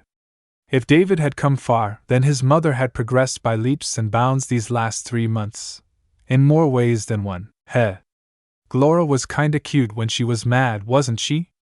Redheads really were the best. Gloria garbled her words, her entire body beat red. What did you just say? Oops.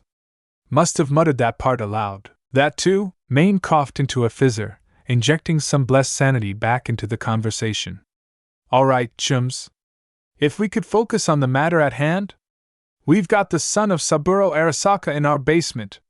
Best put the screws to him before someone figures out he's missing. Becca squinted his way. Speaking of which, where the hell's your security? I have none. The self-proclaimed rebel smiled thinly. Adam Smasher is distracted for the day, and while I expect he will be rather cross with me upon my return, there is little he can do about it while I hold his leash. Despite being shackled, he had the good grace to bow his head. On that note, I regret to inform you that I cannot remain here for long. My absence will be noticed. The distraction I have arranged will not fool my father for long, Sasha set a clawed finger to his throat. Which makes me wonder why we shouldn't pop open your skull here and now. Naruto tried to warn her off. He didn't get a chance. Those dark, blank eyes swiveled her way, dark and listless like a ghost, wholly unaffected by her bravado. I bear you no ill will, Sasha Yakovleva. What happened to your mother was a tragedy. You were well within your rights to seek vengeance. Had the same happened to my sister, I would have torn Biotechnica up by its roots. Although, he looked Naruto's way, idly bemused. It appears you have the means to do so now, no? Sasha trembled. You what? How do you know about my last name? Because I knew your mother. Saburo's son met her gaze, undaunted. Galena was a good woman. She deserved a better end. His head inclined deeply, insomuch as the chains would allow. This world is a darker place with her death. Rest assured her loss will not be in vain. Naruto's brow vanished into his hair. Ruro. Gloria edged 3 steps backward. Becca swore. Oh shit. Sasha's reaction proved far more visceral, because her entire posture changed. The once lazy gaze that reminded him so much of a house hat suddenly narrowed with murderous intent, a panther on the hunt. The slits of her pupils became scant slivers of black against her eyes as she absolutely hissed. What do you mean by that? How do you know her name? Answer me, because... Yorinobu smiled, and it was a weary, jagged thing, like a blade that had been broken and reforged one too many times. Just as I study my enemies, I make it a habit to know my friends. He let his gaze rove over each of them in return. For what it's worth, we of Arasaka have long since disdained Biotechnica's supposed neutrality. They will never recover from this blunder. Sasha pinched his cheek with a clawed hand. That still doesn't make us friends, does it not? He tilted his head a fraction of an inch, cold and inscrutable once more, utterly uncaring of his shackles or the blood she'd drawn. You have brought me here, I think, because you have a use for me, just as I have a use for you, for everyone in this room and those standing guard outside. Is that not what friends do? Use one another? Gloria growled, but Naruto drew her back before she could do something reckless. Not at all. He couldn't quite keep the edge from his voice. You're a bit out of touch if you think that. I see. He seemed a little contrite there for a moment, albeit quietly confused. It would seem I must beg your forgiveness once more. As the Emperor's son, I believe my idea of friendship has become, rather skewed these past 20 years, Sasha snarled. Monster, you are correct. His casual admittance seemed to shock her.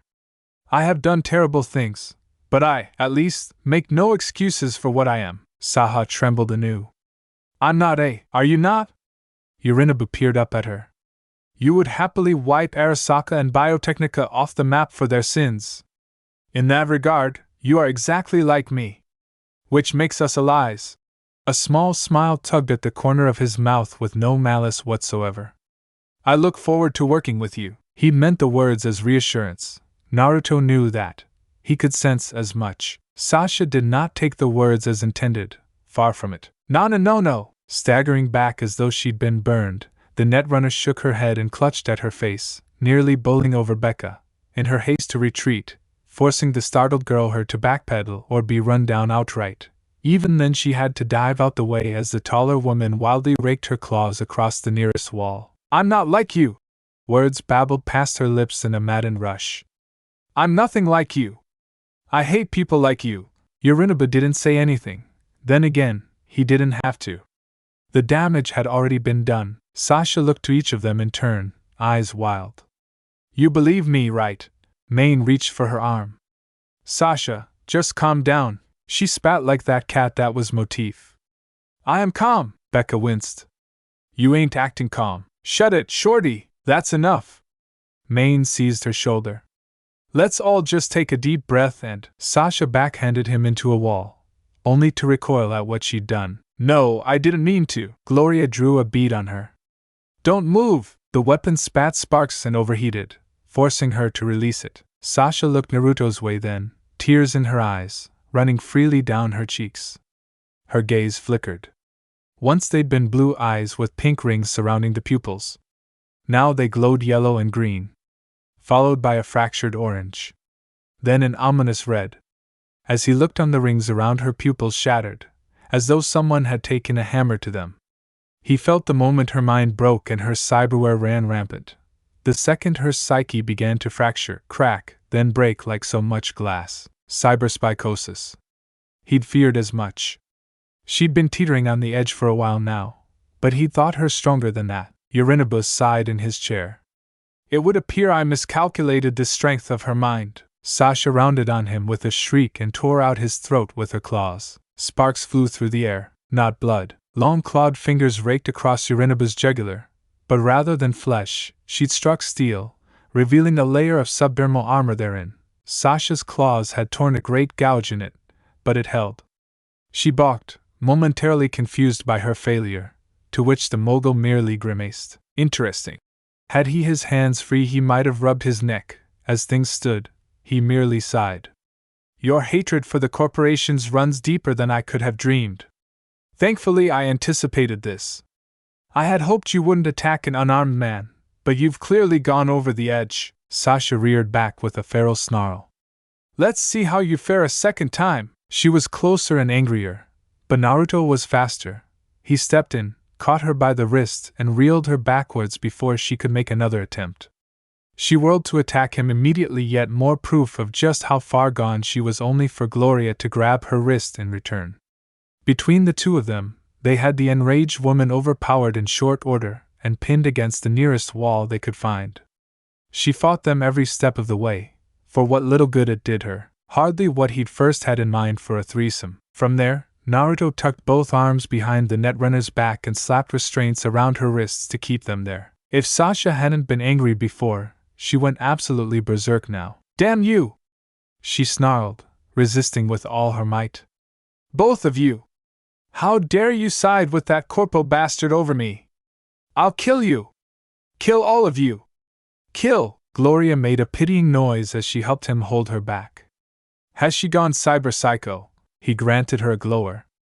What do you think? I think she's off her rocker. Kill you both!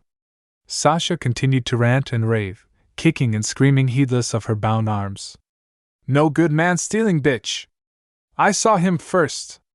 I'll claw out your eyes and eat your heart! Gloria clamped a hand over her mouth, muffling her words.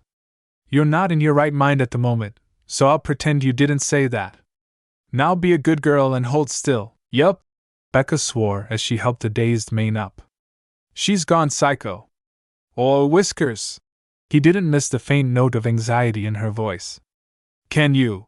As though he wouldn't. Still, this was poor timing. Yorinobu was right here. Had he orchestrated this? No, he looked just as surprised as the rest of them. Screw it then. His hands began to glow gold. Sure.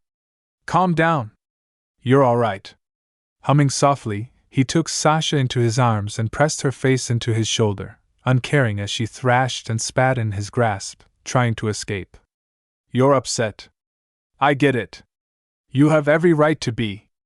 But we already got revenge for your mom, remember? We blew up that one Biotechnica building. Blasted it good, Sasha bit him. Oh. Will you stop? We're trying to help you, ga. She actually drew blood that time. Sasha shrieked obscenities into his shoulder. Somewhere between one curse and another, he heard two words muttered over and over. Not enough, never enough. Gloria leaned closer. What's not enough? Me! Sasha lunged at her, teeth bared, eyes rolling in her head. Not enough, never enough. All right, this clearly ran deeper than Biotechnica and Arasaka. Words were useless here. Her madness ran too deep, which left the painful option. Let her go, Gloria gawped. She'll tear you apart, he rolled his eyes. She can try. Credit where it was due, she didn't question him further. Circling around behind the nettled netrunner, she released her restraints and quickly stepped back. So did Naruto. Sasha launched herself at him with a blood-curdling shriek. He caught her by the face and kissed her deeply, whirled, and promptly pinning her against the wall. The sudden action stunned. Just as he had for many months before with far less intimacy than this, he reached into Edgerunner's broken mind, found the punctured pieces of her poor psyche and began the painstaking process of putting them back together. It proved easier than usual. Hers was a recent break, he had a much harder time with Maine. In Sasha's case it was merely a matter of finding the shattered shards and guiding them back together. From there he soothed her smoldering rage with calm emotions and gentle touches. Simply put, he held her. And in doing so, she unwound. Her body began to relax, even if her mind hadn't. Next he found and fused her memories back together, coated them with chakra to prevent them from breaking easily. He felt her relief bleed through as seconds bled into minutes, but even then her anger persisted. He let that run its course, knowing full well the reasons were more than skin deep. At length, her mind brushed his, brimming with shame. Though he couldn't see her face, he could sense that much. I'm sorry, I lost control. Damn straight you did. You had us worried for a bit there. Are you calm now? Yes. Are you going to attack Yorinobu again? Yes. Zero hesitation, he'd give her that much. Sasha, no. Sasha, yes. He works for the worst, which is why we need him to take down the best for the time being. You can always kill him later if he turns on us. Phythian. When he came back to himself, Yorinobu was balking. Only then did he remember what he'd done right in front of him and everyone else. Huh! Becca balked, face red as they disentangled themselves. If that's the reward she gets, maybe I should go bonkers too. Maine smacked her back. That ain't funny. Oh. All right, can't take a joke. You are able to heal as well? Yorinobu's voice cut through the chatter like a hot knife through butter. All eyes turned to Saburo's son, who was presently looking at him with wide eyes. Very wide eyes indeed. And hold back cyberpsychosis? When Naruto looked away, Yorinobu read between the lines, clever man that he was. Cure it? It's not easy. That is irrelevant. The younger Arasaka looked like he wanted to nothing more than lunge forward and seize him by the shoulders. The chains may have prevented that, but nevertheless, his eyes were wide, panicked, even, his voice fervent. You must hide your talents. Should Arasaka realize what you are truly capable of, they will stop at nothing to stop you. You think the bombing of your wife's apparent was tragic. Naruto squawked even as Gloria squeaked. They will turn Night City inside out, burn everything to ash and sieve you from the remains. Maine dragged a hand down his face. This is not how I thought my weekend would go. Yorinobu hung his head. I am doing this poorly, aren't I? My apologies. I did not intend to offend nor alarm, only to tell the truth. You do not understand. He sighed, shoulders slumping in despair. I have spent years trying to dismantle Arasaka from the outside. Striking out on my own, the steel dragons, all for naught. A bitter laugh escaped his chapped lips. If planting a bomb is not enough, what can you do? You become the bomb. Unbidden, his gaze rose, seeking him out. And you, Naruto Uzumaki, are that bomb. A blonde brow rose. Me? Yes. The younger Arasaka nodded fervently. My father has made horrors you cannot dream of. He has sank billions into an abomination. He spat the word with a grimace of distaste, as though speaking it physically pained him.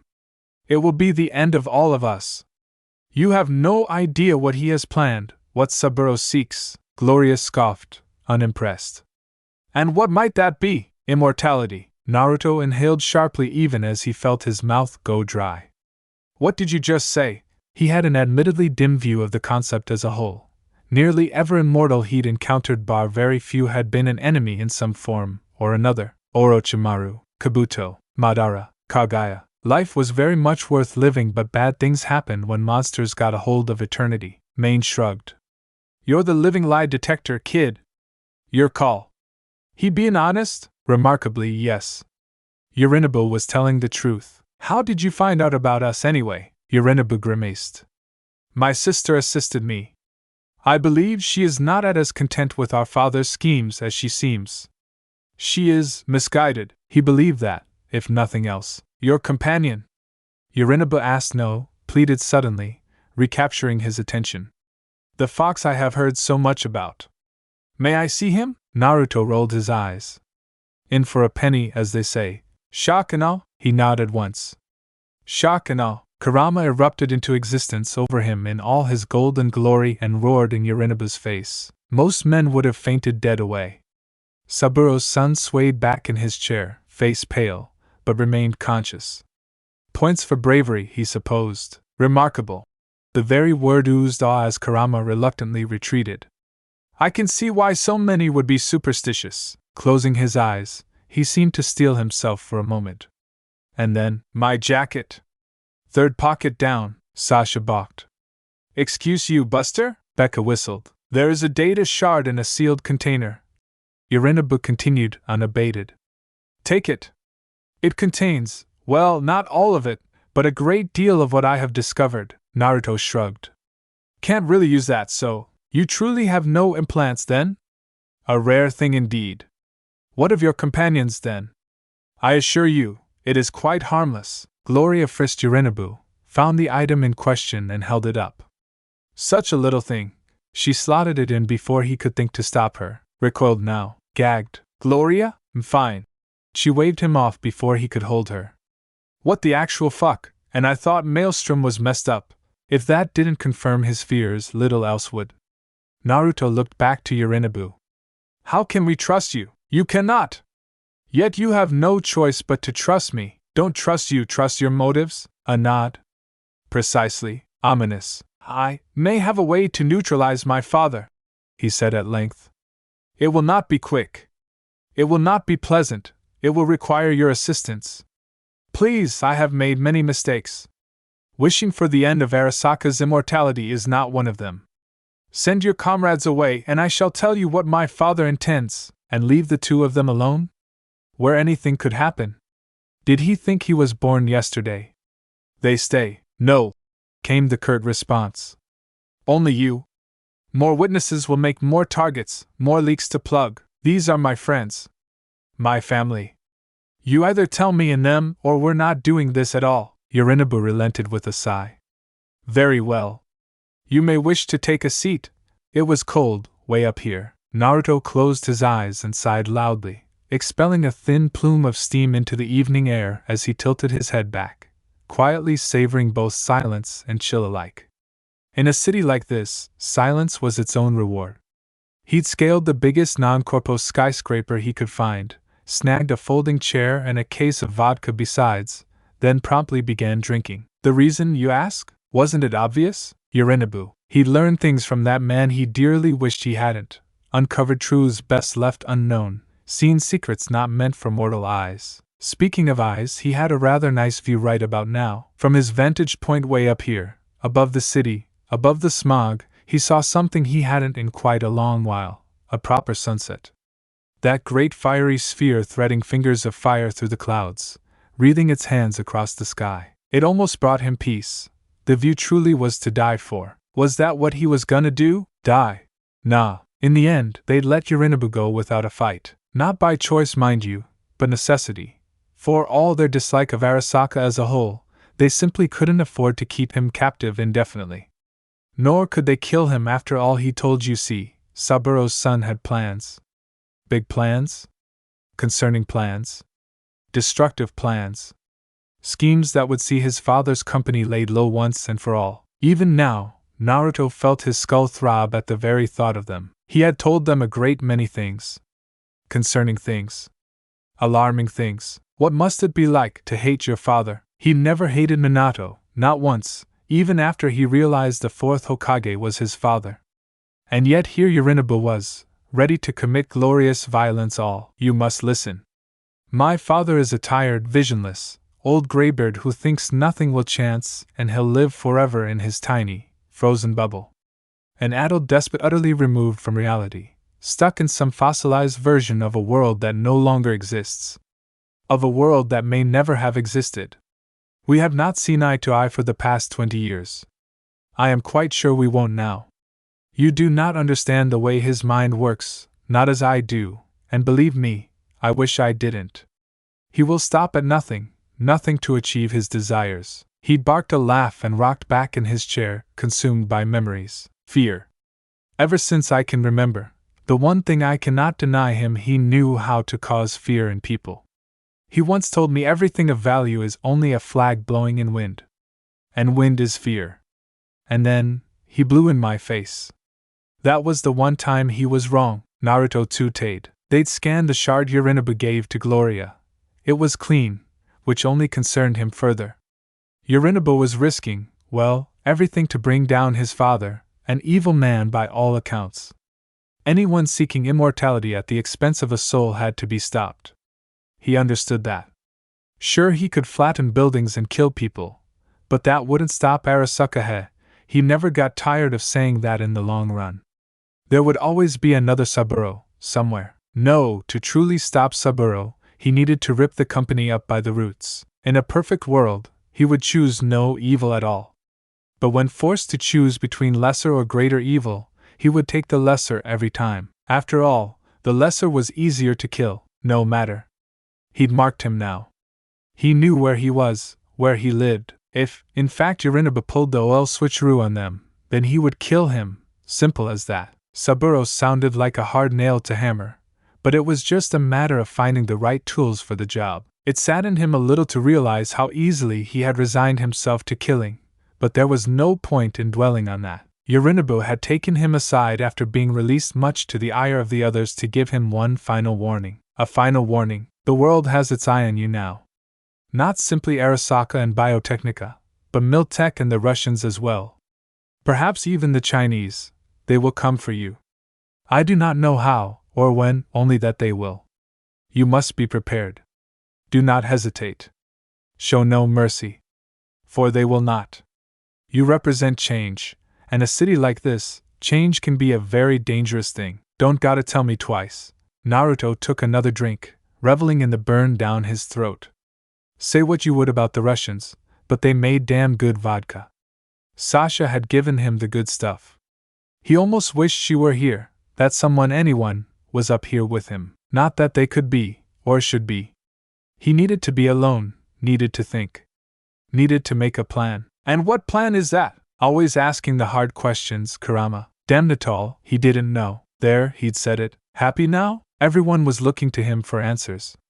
And he, just, didn't know what to do. Arg! Exasperated, he flung up his arms with an explosive shout and railed at the setting sun. A rare raven fluttered by, spooked out its nest by the sound, and landed at his feet. It arched its neck and shot him a nasty caw. Despite its anger, he took pity on it. Scraggly-looking thing had seen better days. Not a big surprise that Night City wasn't exactly a haven for birds these days.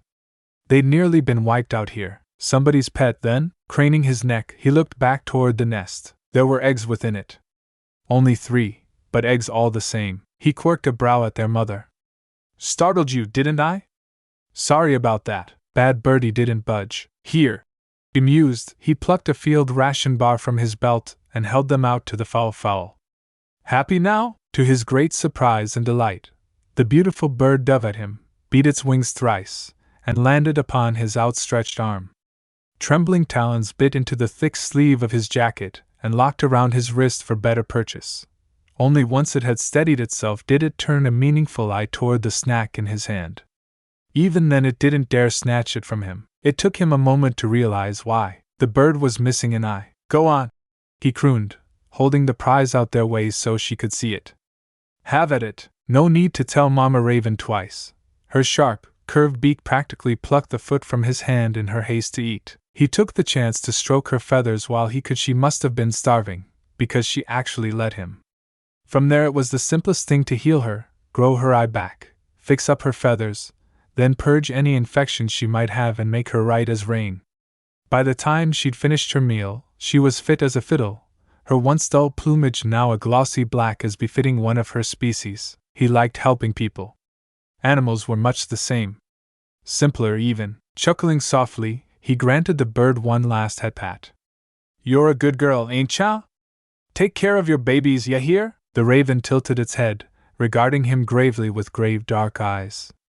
He wondered if she understood him. Semantics, he supposed. He'd done a good thing because he could. No other reason. Off you go. He shooed her off his limb, back toward the nest. Stay healthy. The bird didn't let go of his arm. Naruto scowled. Oh, let go. It pecked at his limb. Sorry. He tooted. Can't keep ya. No idea what I'd even call you anyway. Raven? I'm terrible with names. Go on now, get. The raven looked back to her nest. Back to him. Towards her nest now. Oh. He finally understood. Clever girl. Ravens were clever creatures. Fine. He sauntered over to the crude nest of rubbish with a sigh. I'll have a look. It was the simplest thing to crouch down and inspect her clutch. The eggs looked like raven eggs, he supposed. One was pale bluish green, the other olive green, the third also blue, but marked with patches of dark greenish brown. Each were about 2 inches long. The raven hopped off his arm and scuttled over to her nest, yet refrained from protecting her eggs. She gave him the most pointed look he'd ever seen from a bird and cawed impatiently. All right, chill. He didn't dare touch the eggs for fear of breaking them, but it was a small matter to lay his hands over them. They were sickly, of course, unsurprising, given Night City. This place killed dreams and new life alike without a second thought. It was simply the way of the world, of this world. Not if anything to say about it he had. As before he went to work, but delicately, carefully fortifying the little lives inside each egg, small though they were. 2 boys and a girl, by the look of things. They wouldn't hatch for a while yet, but he could see the signs all the same. On a whim, he gave them a little boost, just as he had their mother, the better to improve their chances in this awful stink pit of a city. Surely there was no harm in that. It was the work of an hour until finally, he was satisfied. By the time he'd finished, the already setting sun as little more than a sliver behind the horizon. Still, it was good work. Fulfilling work. Made him feel like he was making a difference, you know? There. Wiping a bead of sweat from his brow, he turned to regard the mama raven. I've given them the best chance I could. Must be tough living out here, huh? The mother-to-be stared at him for a moment more, looked back to her eggs, then fixed him with a stern stare. Naruto raised his hands to ward off any potential pecking.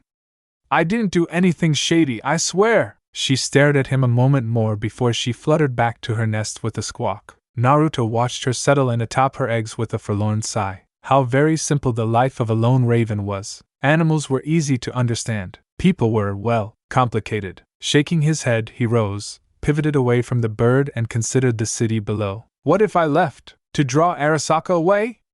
Foolishness. Kurama vetoed it instantly. It might work for a while, but with you gone, everything would continue as it was meant to. Gloria will be captured and killed. To say nothing of the others, Sasha, Becca too, everyone else. He winced. I was just spitballing. Way up here, the sounds of the city were muffled and he could see to the arid wasteland beyond. He wanted to fix that. Breathe life back into the wastes, the way he had that bird and her babies. Wanted to do so many things.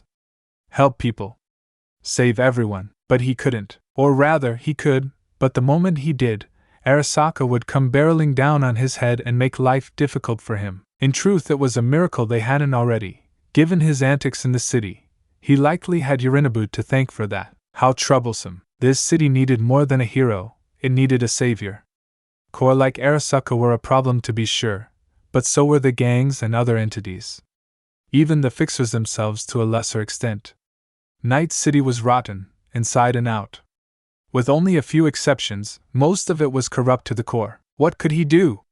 What should he do? What would he do? Yorinobu's scheme, if one could call it that, had its merits, but he wasn't entirely sure he trusted it. Or him, for that matter. Answers. He needed answers. A plan of some sort, something to get Arasaka's attention off him and let him plan. Every day he delayed, this city suffered. He couldn't bear it. There was a way to do everything he dreamed, but he'd be lying if he said he wasn't nervous. Shadow clones? The thought was tempting, but that would only lead to him being discovered all the quicker. Even if he spread himself out across the entire city, that would just alert the corpse all the faster. Then he'd have to wipe them out, which meant more would come. Round and round it went, a cycle without end. Tearing down that damn Saka tower sounded more and more tempting by the day, but destroying a building and the tech within wouldn't stop them for long. Not forever, not the way he wanted. So what could he do to help this city while keeping his fingers out the fire? He didn't want to lay low. He wanted action. He wanted to fight. Once again, Shadow's clones sounded like a good answer. If they were caught, they'd just turn to smoke, and he'd gain their memories, while anyone who attacked them would be left balking at so much smoke. No fuss, no muss. And if someone tried to harm those he'd help, he'd just send out a fresh wave to crack skulls and send a message. But they couldn't be seen to have his face. Disguised shadow clones? Impersonating perfect strangers? Pretending to be folks they're not? He paused, warming to the notion. Why hadn't he thought about that before? There were countless faces in Night City he could use, but that carried a risk as well. He didn't want to drag hapless civilians into a mess against their will by impersonating honest folk, nor did he want to give the gangs any sort of credit by involving them.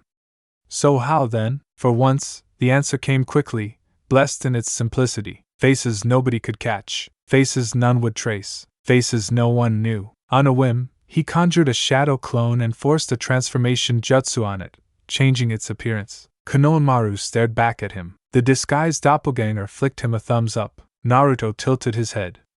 Blinked. Thumbed his chin, now. Huh. This could work. A shit-eating grin split his face. You know your orders. Hop to it. The impostor saluted and vanished in a swirl of leaves. See? Kurama preened. You have a brain after all. And please don't smile like that ever again. You're scaring me. Was he? Good. He was feeling pretty scary himself right about now. He'd need to be subtle at first, seed his clones in the city piecemeal. Couldn't do it all at once, or folks would notice something was up. But if this worked, he'd have Arasaka chasing its own tail. With a few quick commands he could have the core hunting ghosts, which in turn would give him some much-needed breathing room. For every lead they followed, they'd find only smoke. Sure, they could try taking hostages of whomever he healed, but again, he'd simply send in more clones and assassinate whomever tried. Shadow clones banzai. Hey, just because he liked to be loud didn't mean he couldn't be sneaky, you know. Main would appreciate the plan, if nothing else. Naruto blew out a breath, shook his head, and set the now empty bottle aside. It was tempting to simply wing it off the roof, but knowing his luck, it would probably land on some purse sap and kill them. Abandoning the alcohol, he walked to the edge of the roof, briefly pondered his next move, thought of paying Arasaka Tower a visit, then thought better of it. Best to keep the core guessing. Night City had a lot of folks that could be saved, but not all of them wished to be. In Night City you get what you pay for and you get what you give. In Night City you run, you fight, you change, or you die. In Night City, he chose to hunt rather than be hunted. That's the truth. His glove chose that moment to hum. Naruto glanced down at it, annoyed. Main had mentioned it was kitted out with all sorts of fancy tech, but he wasn't aware it could take calls. Seemed he was learning something new every day. Bemused, he pressed a finger to his palm, and then brought said palm up to his ear in the crude approximation of a phone. He'd been gone for a while. No doubt it was Gloria or Becca, maybe even Sasha and Kiwi trying to figure out where he'd run off to. "Hello, Naruto Uzumaki," an unfamiliar voice answered. "You're a hard man to find, not them." He glowered at his glove. "How did you get this number? Now, wouldn't do to make this easy on you." Note to self, ask Kiwi and Sasha to throw in some extra security software on this thing. He didn't like the fact that apparently anyone could call him. They might even be able to track him through it. That wouldn't do. "And you are?" Meredith Stout. He couldn't see her face, but he could hear the smile in her voice. "Senior Operations Manager at Militech. I have an offer you might be interested in." And didn't that just set off all sorts of alarm bells? Arasaka, yup, he'd keep saying that, because mocking them amused him was bad, but Militech was little better. They were both equally corrupt in his eyes, but only one was actively trying to force its way through to immortality. Rolling his eyes, he tugged up his hood and dropped down off the roof. Wind lashed at him as he twisted in the air, but only for a moment before, effortlessly alighting upon one of the lower rooftops below. The building creaked from the force of his landing and someone hollered at him below but paid it little heed, already sprinting forward. "A bloody corpo?" he grunted as a quick vault carried him into the streets. "Sorry, not interested in whatever you're selling. Don't be so hasty," she crooned. "We're on the same side." "Not likely." "And what side is that?" Rather than answer, she countered him. "Take the first alley on your right." Shit. They were tracking him. Which meant others could. Best get this glove upgraded quick, or outright removed. On a whim, he complied with her directions and did so, casually knocking out someone who tried to shank him, ducking down to give a fistful of money to a nearby veteran, and kept walking. A few whispers followed in his wake, and he tugged his hood tighter, the better to hide his whiskered visage from view. "Now go to the intersection and take the next left." "Gonna show your face yet?" Down by the underpass, a black van awaited him. Military grade stamped with the name Militech across its door's big bold white letters. It had seen better days. Bullet marks all over, the tires shot out, broken glass and bloodied bodies besides. Something had happened here. He wasn't sure what, didn't like it. The moment he touched down, a high-tech drone buzzed in his face, humming angrily. He waved it away, annoyed by the flash of blue light that followed. "A scan perhaps? Sorry about that," a vaguely familiar voice intoned as his vision cleared. "Had to be sure it was you. Excuse the mess. I've had a hell of a day." In short order, the blue light fell away and he found himself face to face with a striking young woman, with blonde hair and piercing blue eyes. One could see hints of cyberware on the left side of her face, but nothing to mar her natural beauty. She was smartly dressed, wearing all black with a bulletproof vest of all things. A cigarette hung lazily from one hand, the other rested on the holster of what he could only assume was a revolver at her hip. Or it could be a shotgun. One never knew in Night City. All in all, she looked like she'd come fresh from a firefight, but that made her seem more real somehow. Better than those manufactured beauties and chromed-up dolls. He liked a girl who wasn't afraid to get her hands dirty. "And here we are." Without the filter distorting her words, Meredith's voice was smooth like honey and sharp as a knife. "Bet you didn't expect to see me in person, did you?" It was ballsy of her, he would admit. She offered him her hand. Meredith Stout, as I said. He didn't shake. "Relax." She rolled her eyes and lowered her arm with a pent-up sigh. "I'm alone." She was telling the truth. He didn't sense anyone for miles around, which begged the question, "What do you want, lady?" "Straight to business." She nodded once and took another drag of her cigarette, impressed. "I see I'm working with a professional." Naruto clicked his tongue and willed his eyes to blaze red. "What? Do you want to warn you?" Her frank admission surprised him. "About Arasaka." His heart skipped a beat despite his best efforts. "They're planning a little raid on that hideout of yours." She smiled coyly. "Thought you might want to know." "No." He spun around, ready to race to their rescue, but Meredith beat him to the punch. "Don't worry." Her smile was all teeth. "They ran into trouble, you could say. Night City is such a dangerous place, After all, accidents happen. By the time they arrived, everyone was long gone. She'd warned them then. Another truth. Surprising. And worrying. What was she up to? If you're telling the truth, I am, then I'm grateful. He finished, concerned by the arrogance in her eyes. But why bring me all the way here just to tell me this? Ah. She stepped back, planting her shoulders against her vehicle. You know how it works here. Favor for a favor, and now it made sense. You want something. Meredith barked a laugh at that. It wasn't an unpleasant sound. Everyone wants something. It's just a matter of figuring out what that is. He stepped to the smug woman, planting a hand against the car to pin her in place. I know how it works, classic intimidation technique. He expected her to try and squirm away, complain at the very least, maybe even draw on him if she was particularly flustered by his presence. He did not expect the lidded look sent him, not at all, nope. Much to his confusion, the corporal woman actually smiled a real smile, and leaned into him fully. Smooth talker, aren't you? You're as sharp as they say. She all but purred the last word, drawling it out. You know, I like the way you operate. Maybe you'd do some work for us once this is over? Trying to raise the ante, was she? He glared down at her, refusing to break eye contact. Depends on the work. Mutually satisfactory for the both of us, I assure you. Meredith hummed. You won't regret it. By rights he should tell her to stuff it and walk away. He didn't trust Cor. And yet, what's the work? Meredith's face lit up for a moment before she mastered it. Nothing major. I did you a favor out of the goodness of my heart. He very much doubted that, and now I'd appreciate if you repaid it in kind, nothing more. She finished with a pleased hum when he didn't immediately shut her down. A convoy was recently taken from us by Maelstrom. Word is you're into shock and awe tactics. I'd appreciate an example being made of them. The explosive kind, Naruto grimaced. Maelstrom? Yeah, he wouldn't mind killing those bastards any day of the week. They were scum. Still, he had to ask. Why me? I recently dealt with a rather annoying mole. She leaned up, lips brushing the outer lobe of his ear. He told me all manner of interesting secrets before he died. I'd be happy to share them with you. So speaking, she held up her cigarette. Care for a hit? Naruto found himself frowning. He had never smoked before, but he had a feeling this woman was dangerous. Not in the physical sense, he could easily beat her in a fight, but she was up to something.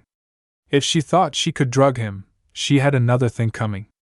And besides, he couldn't be seen to back down now. Sure, why not? He took it from her and drew, indirect kiss. Gah. Don't think about that. He inhaled a little, then exhaled, fighting the urge to cough, refusing to show weakness. Meredith cooed softly, snatched it back, and took a hit of her own. Not a bad look for you. She ran a hand down his chest as she edged past him, deliberately pressing every inch of herself against him in the act. This going to be seriously rewarding for you, count on it. Her piece said, she sashayed away, hips swinging. Till next time, then. Corporate gods willing, Naruto scoffed at the very notion, unable to help himself. Never been the store to believe in those. She winked over her shoulder, eyes gleaming. I know. We'll be in touch. That's what worries me. His response tore another laugh from her. You're honest. Good. I appreciate honesty. Even so, he watched Meredith leave until he was certain she was gone and wouldn't double. He wouldn't deny he had ulterior motives on that front. Kinda hard not to stare at those hips, you know. Had she put a little extra sway into them just now? No, surely not. He was imagining things. Right, shaking his head, Naruto palmed his face and blew out a sigh. Why was it always the crazy ones? Gloria was gonna kill him. You have the target? Nadezhda Tayurina stared him down through the scope. Duh. Inhale. Exhale. Finger on the trigger. A single twitch would send the tranquilizer dart flying forth. Once he was down, they could take him. Do you have a clear shot? Respond! She sighed and made to answer. Uzumaki looked at her. The blonde bastard looked right at her, through the scope, and flipped her off. How had she been made so easily? Panic bleeded through the Russian woman's heart, forcing a blink from her and quick retreat. She couldn't help herself. His gaze met hers and she flinched. When next she looked back through the scope, he was long gone. No sign of his presence whatsoever, only falling amber leaves. Closing down the sniper rifle, she bit back a bitter sigh. Reluctantly, she touched a hand to her earpiece. Target is in the wind. She would have to hunt him down all over again now. Truly, there were days when she despised her job. The end.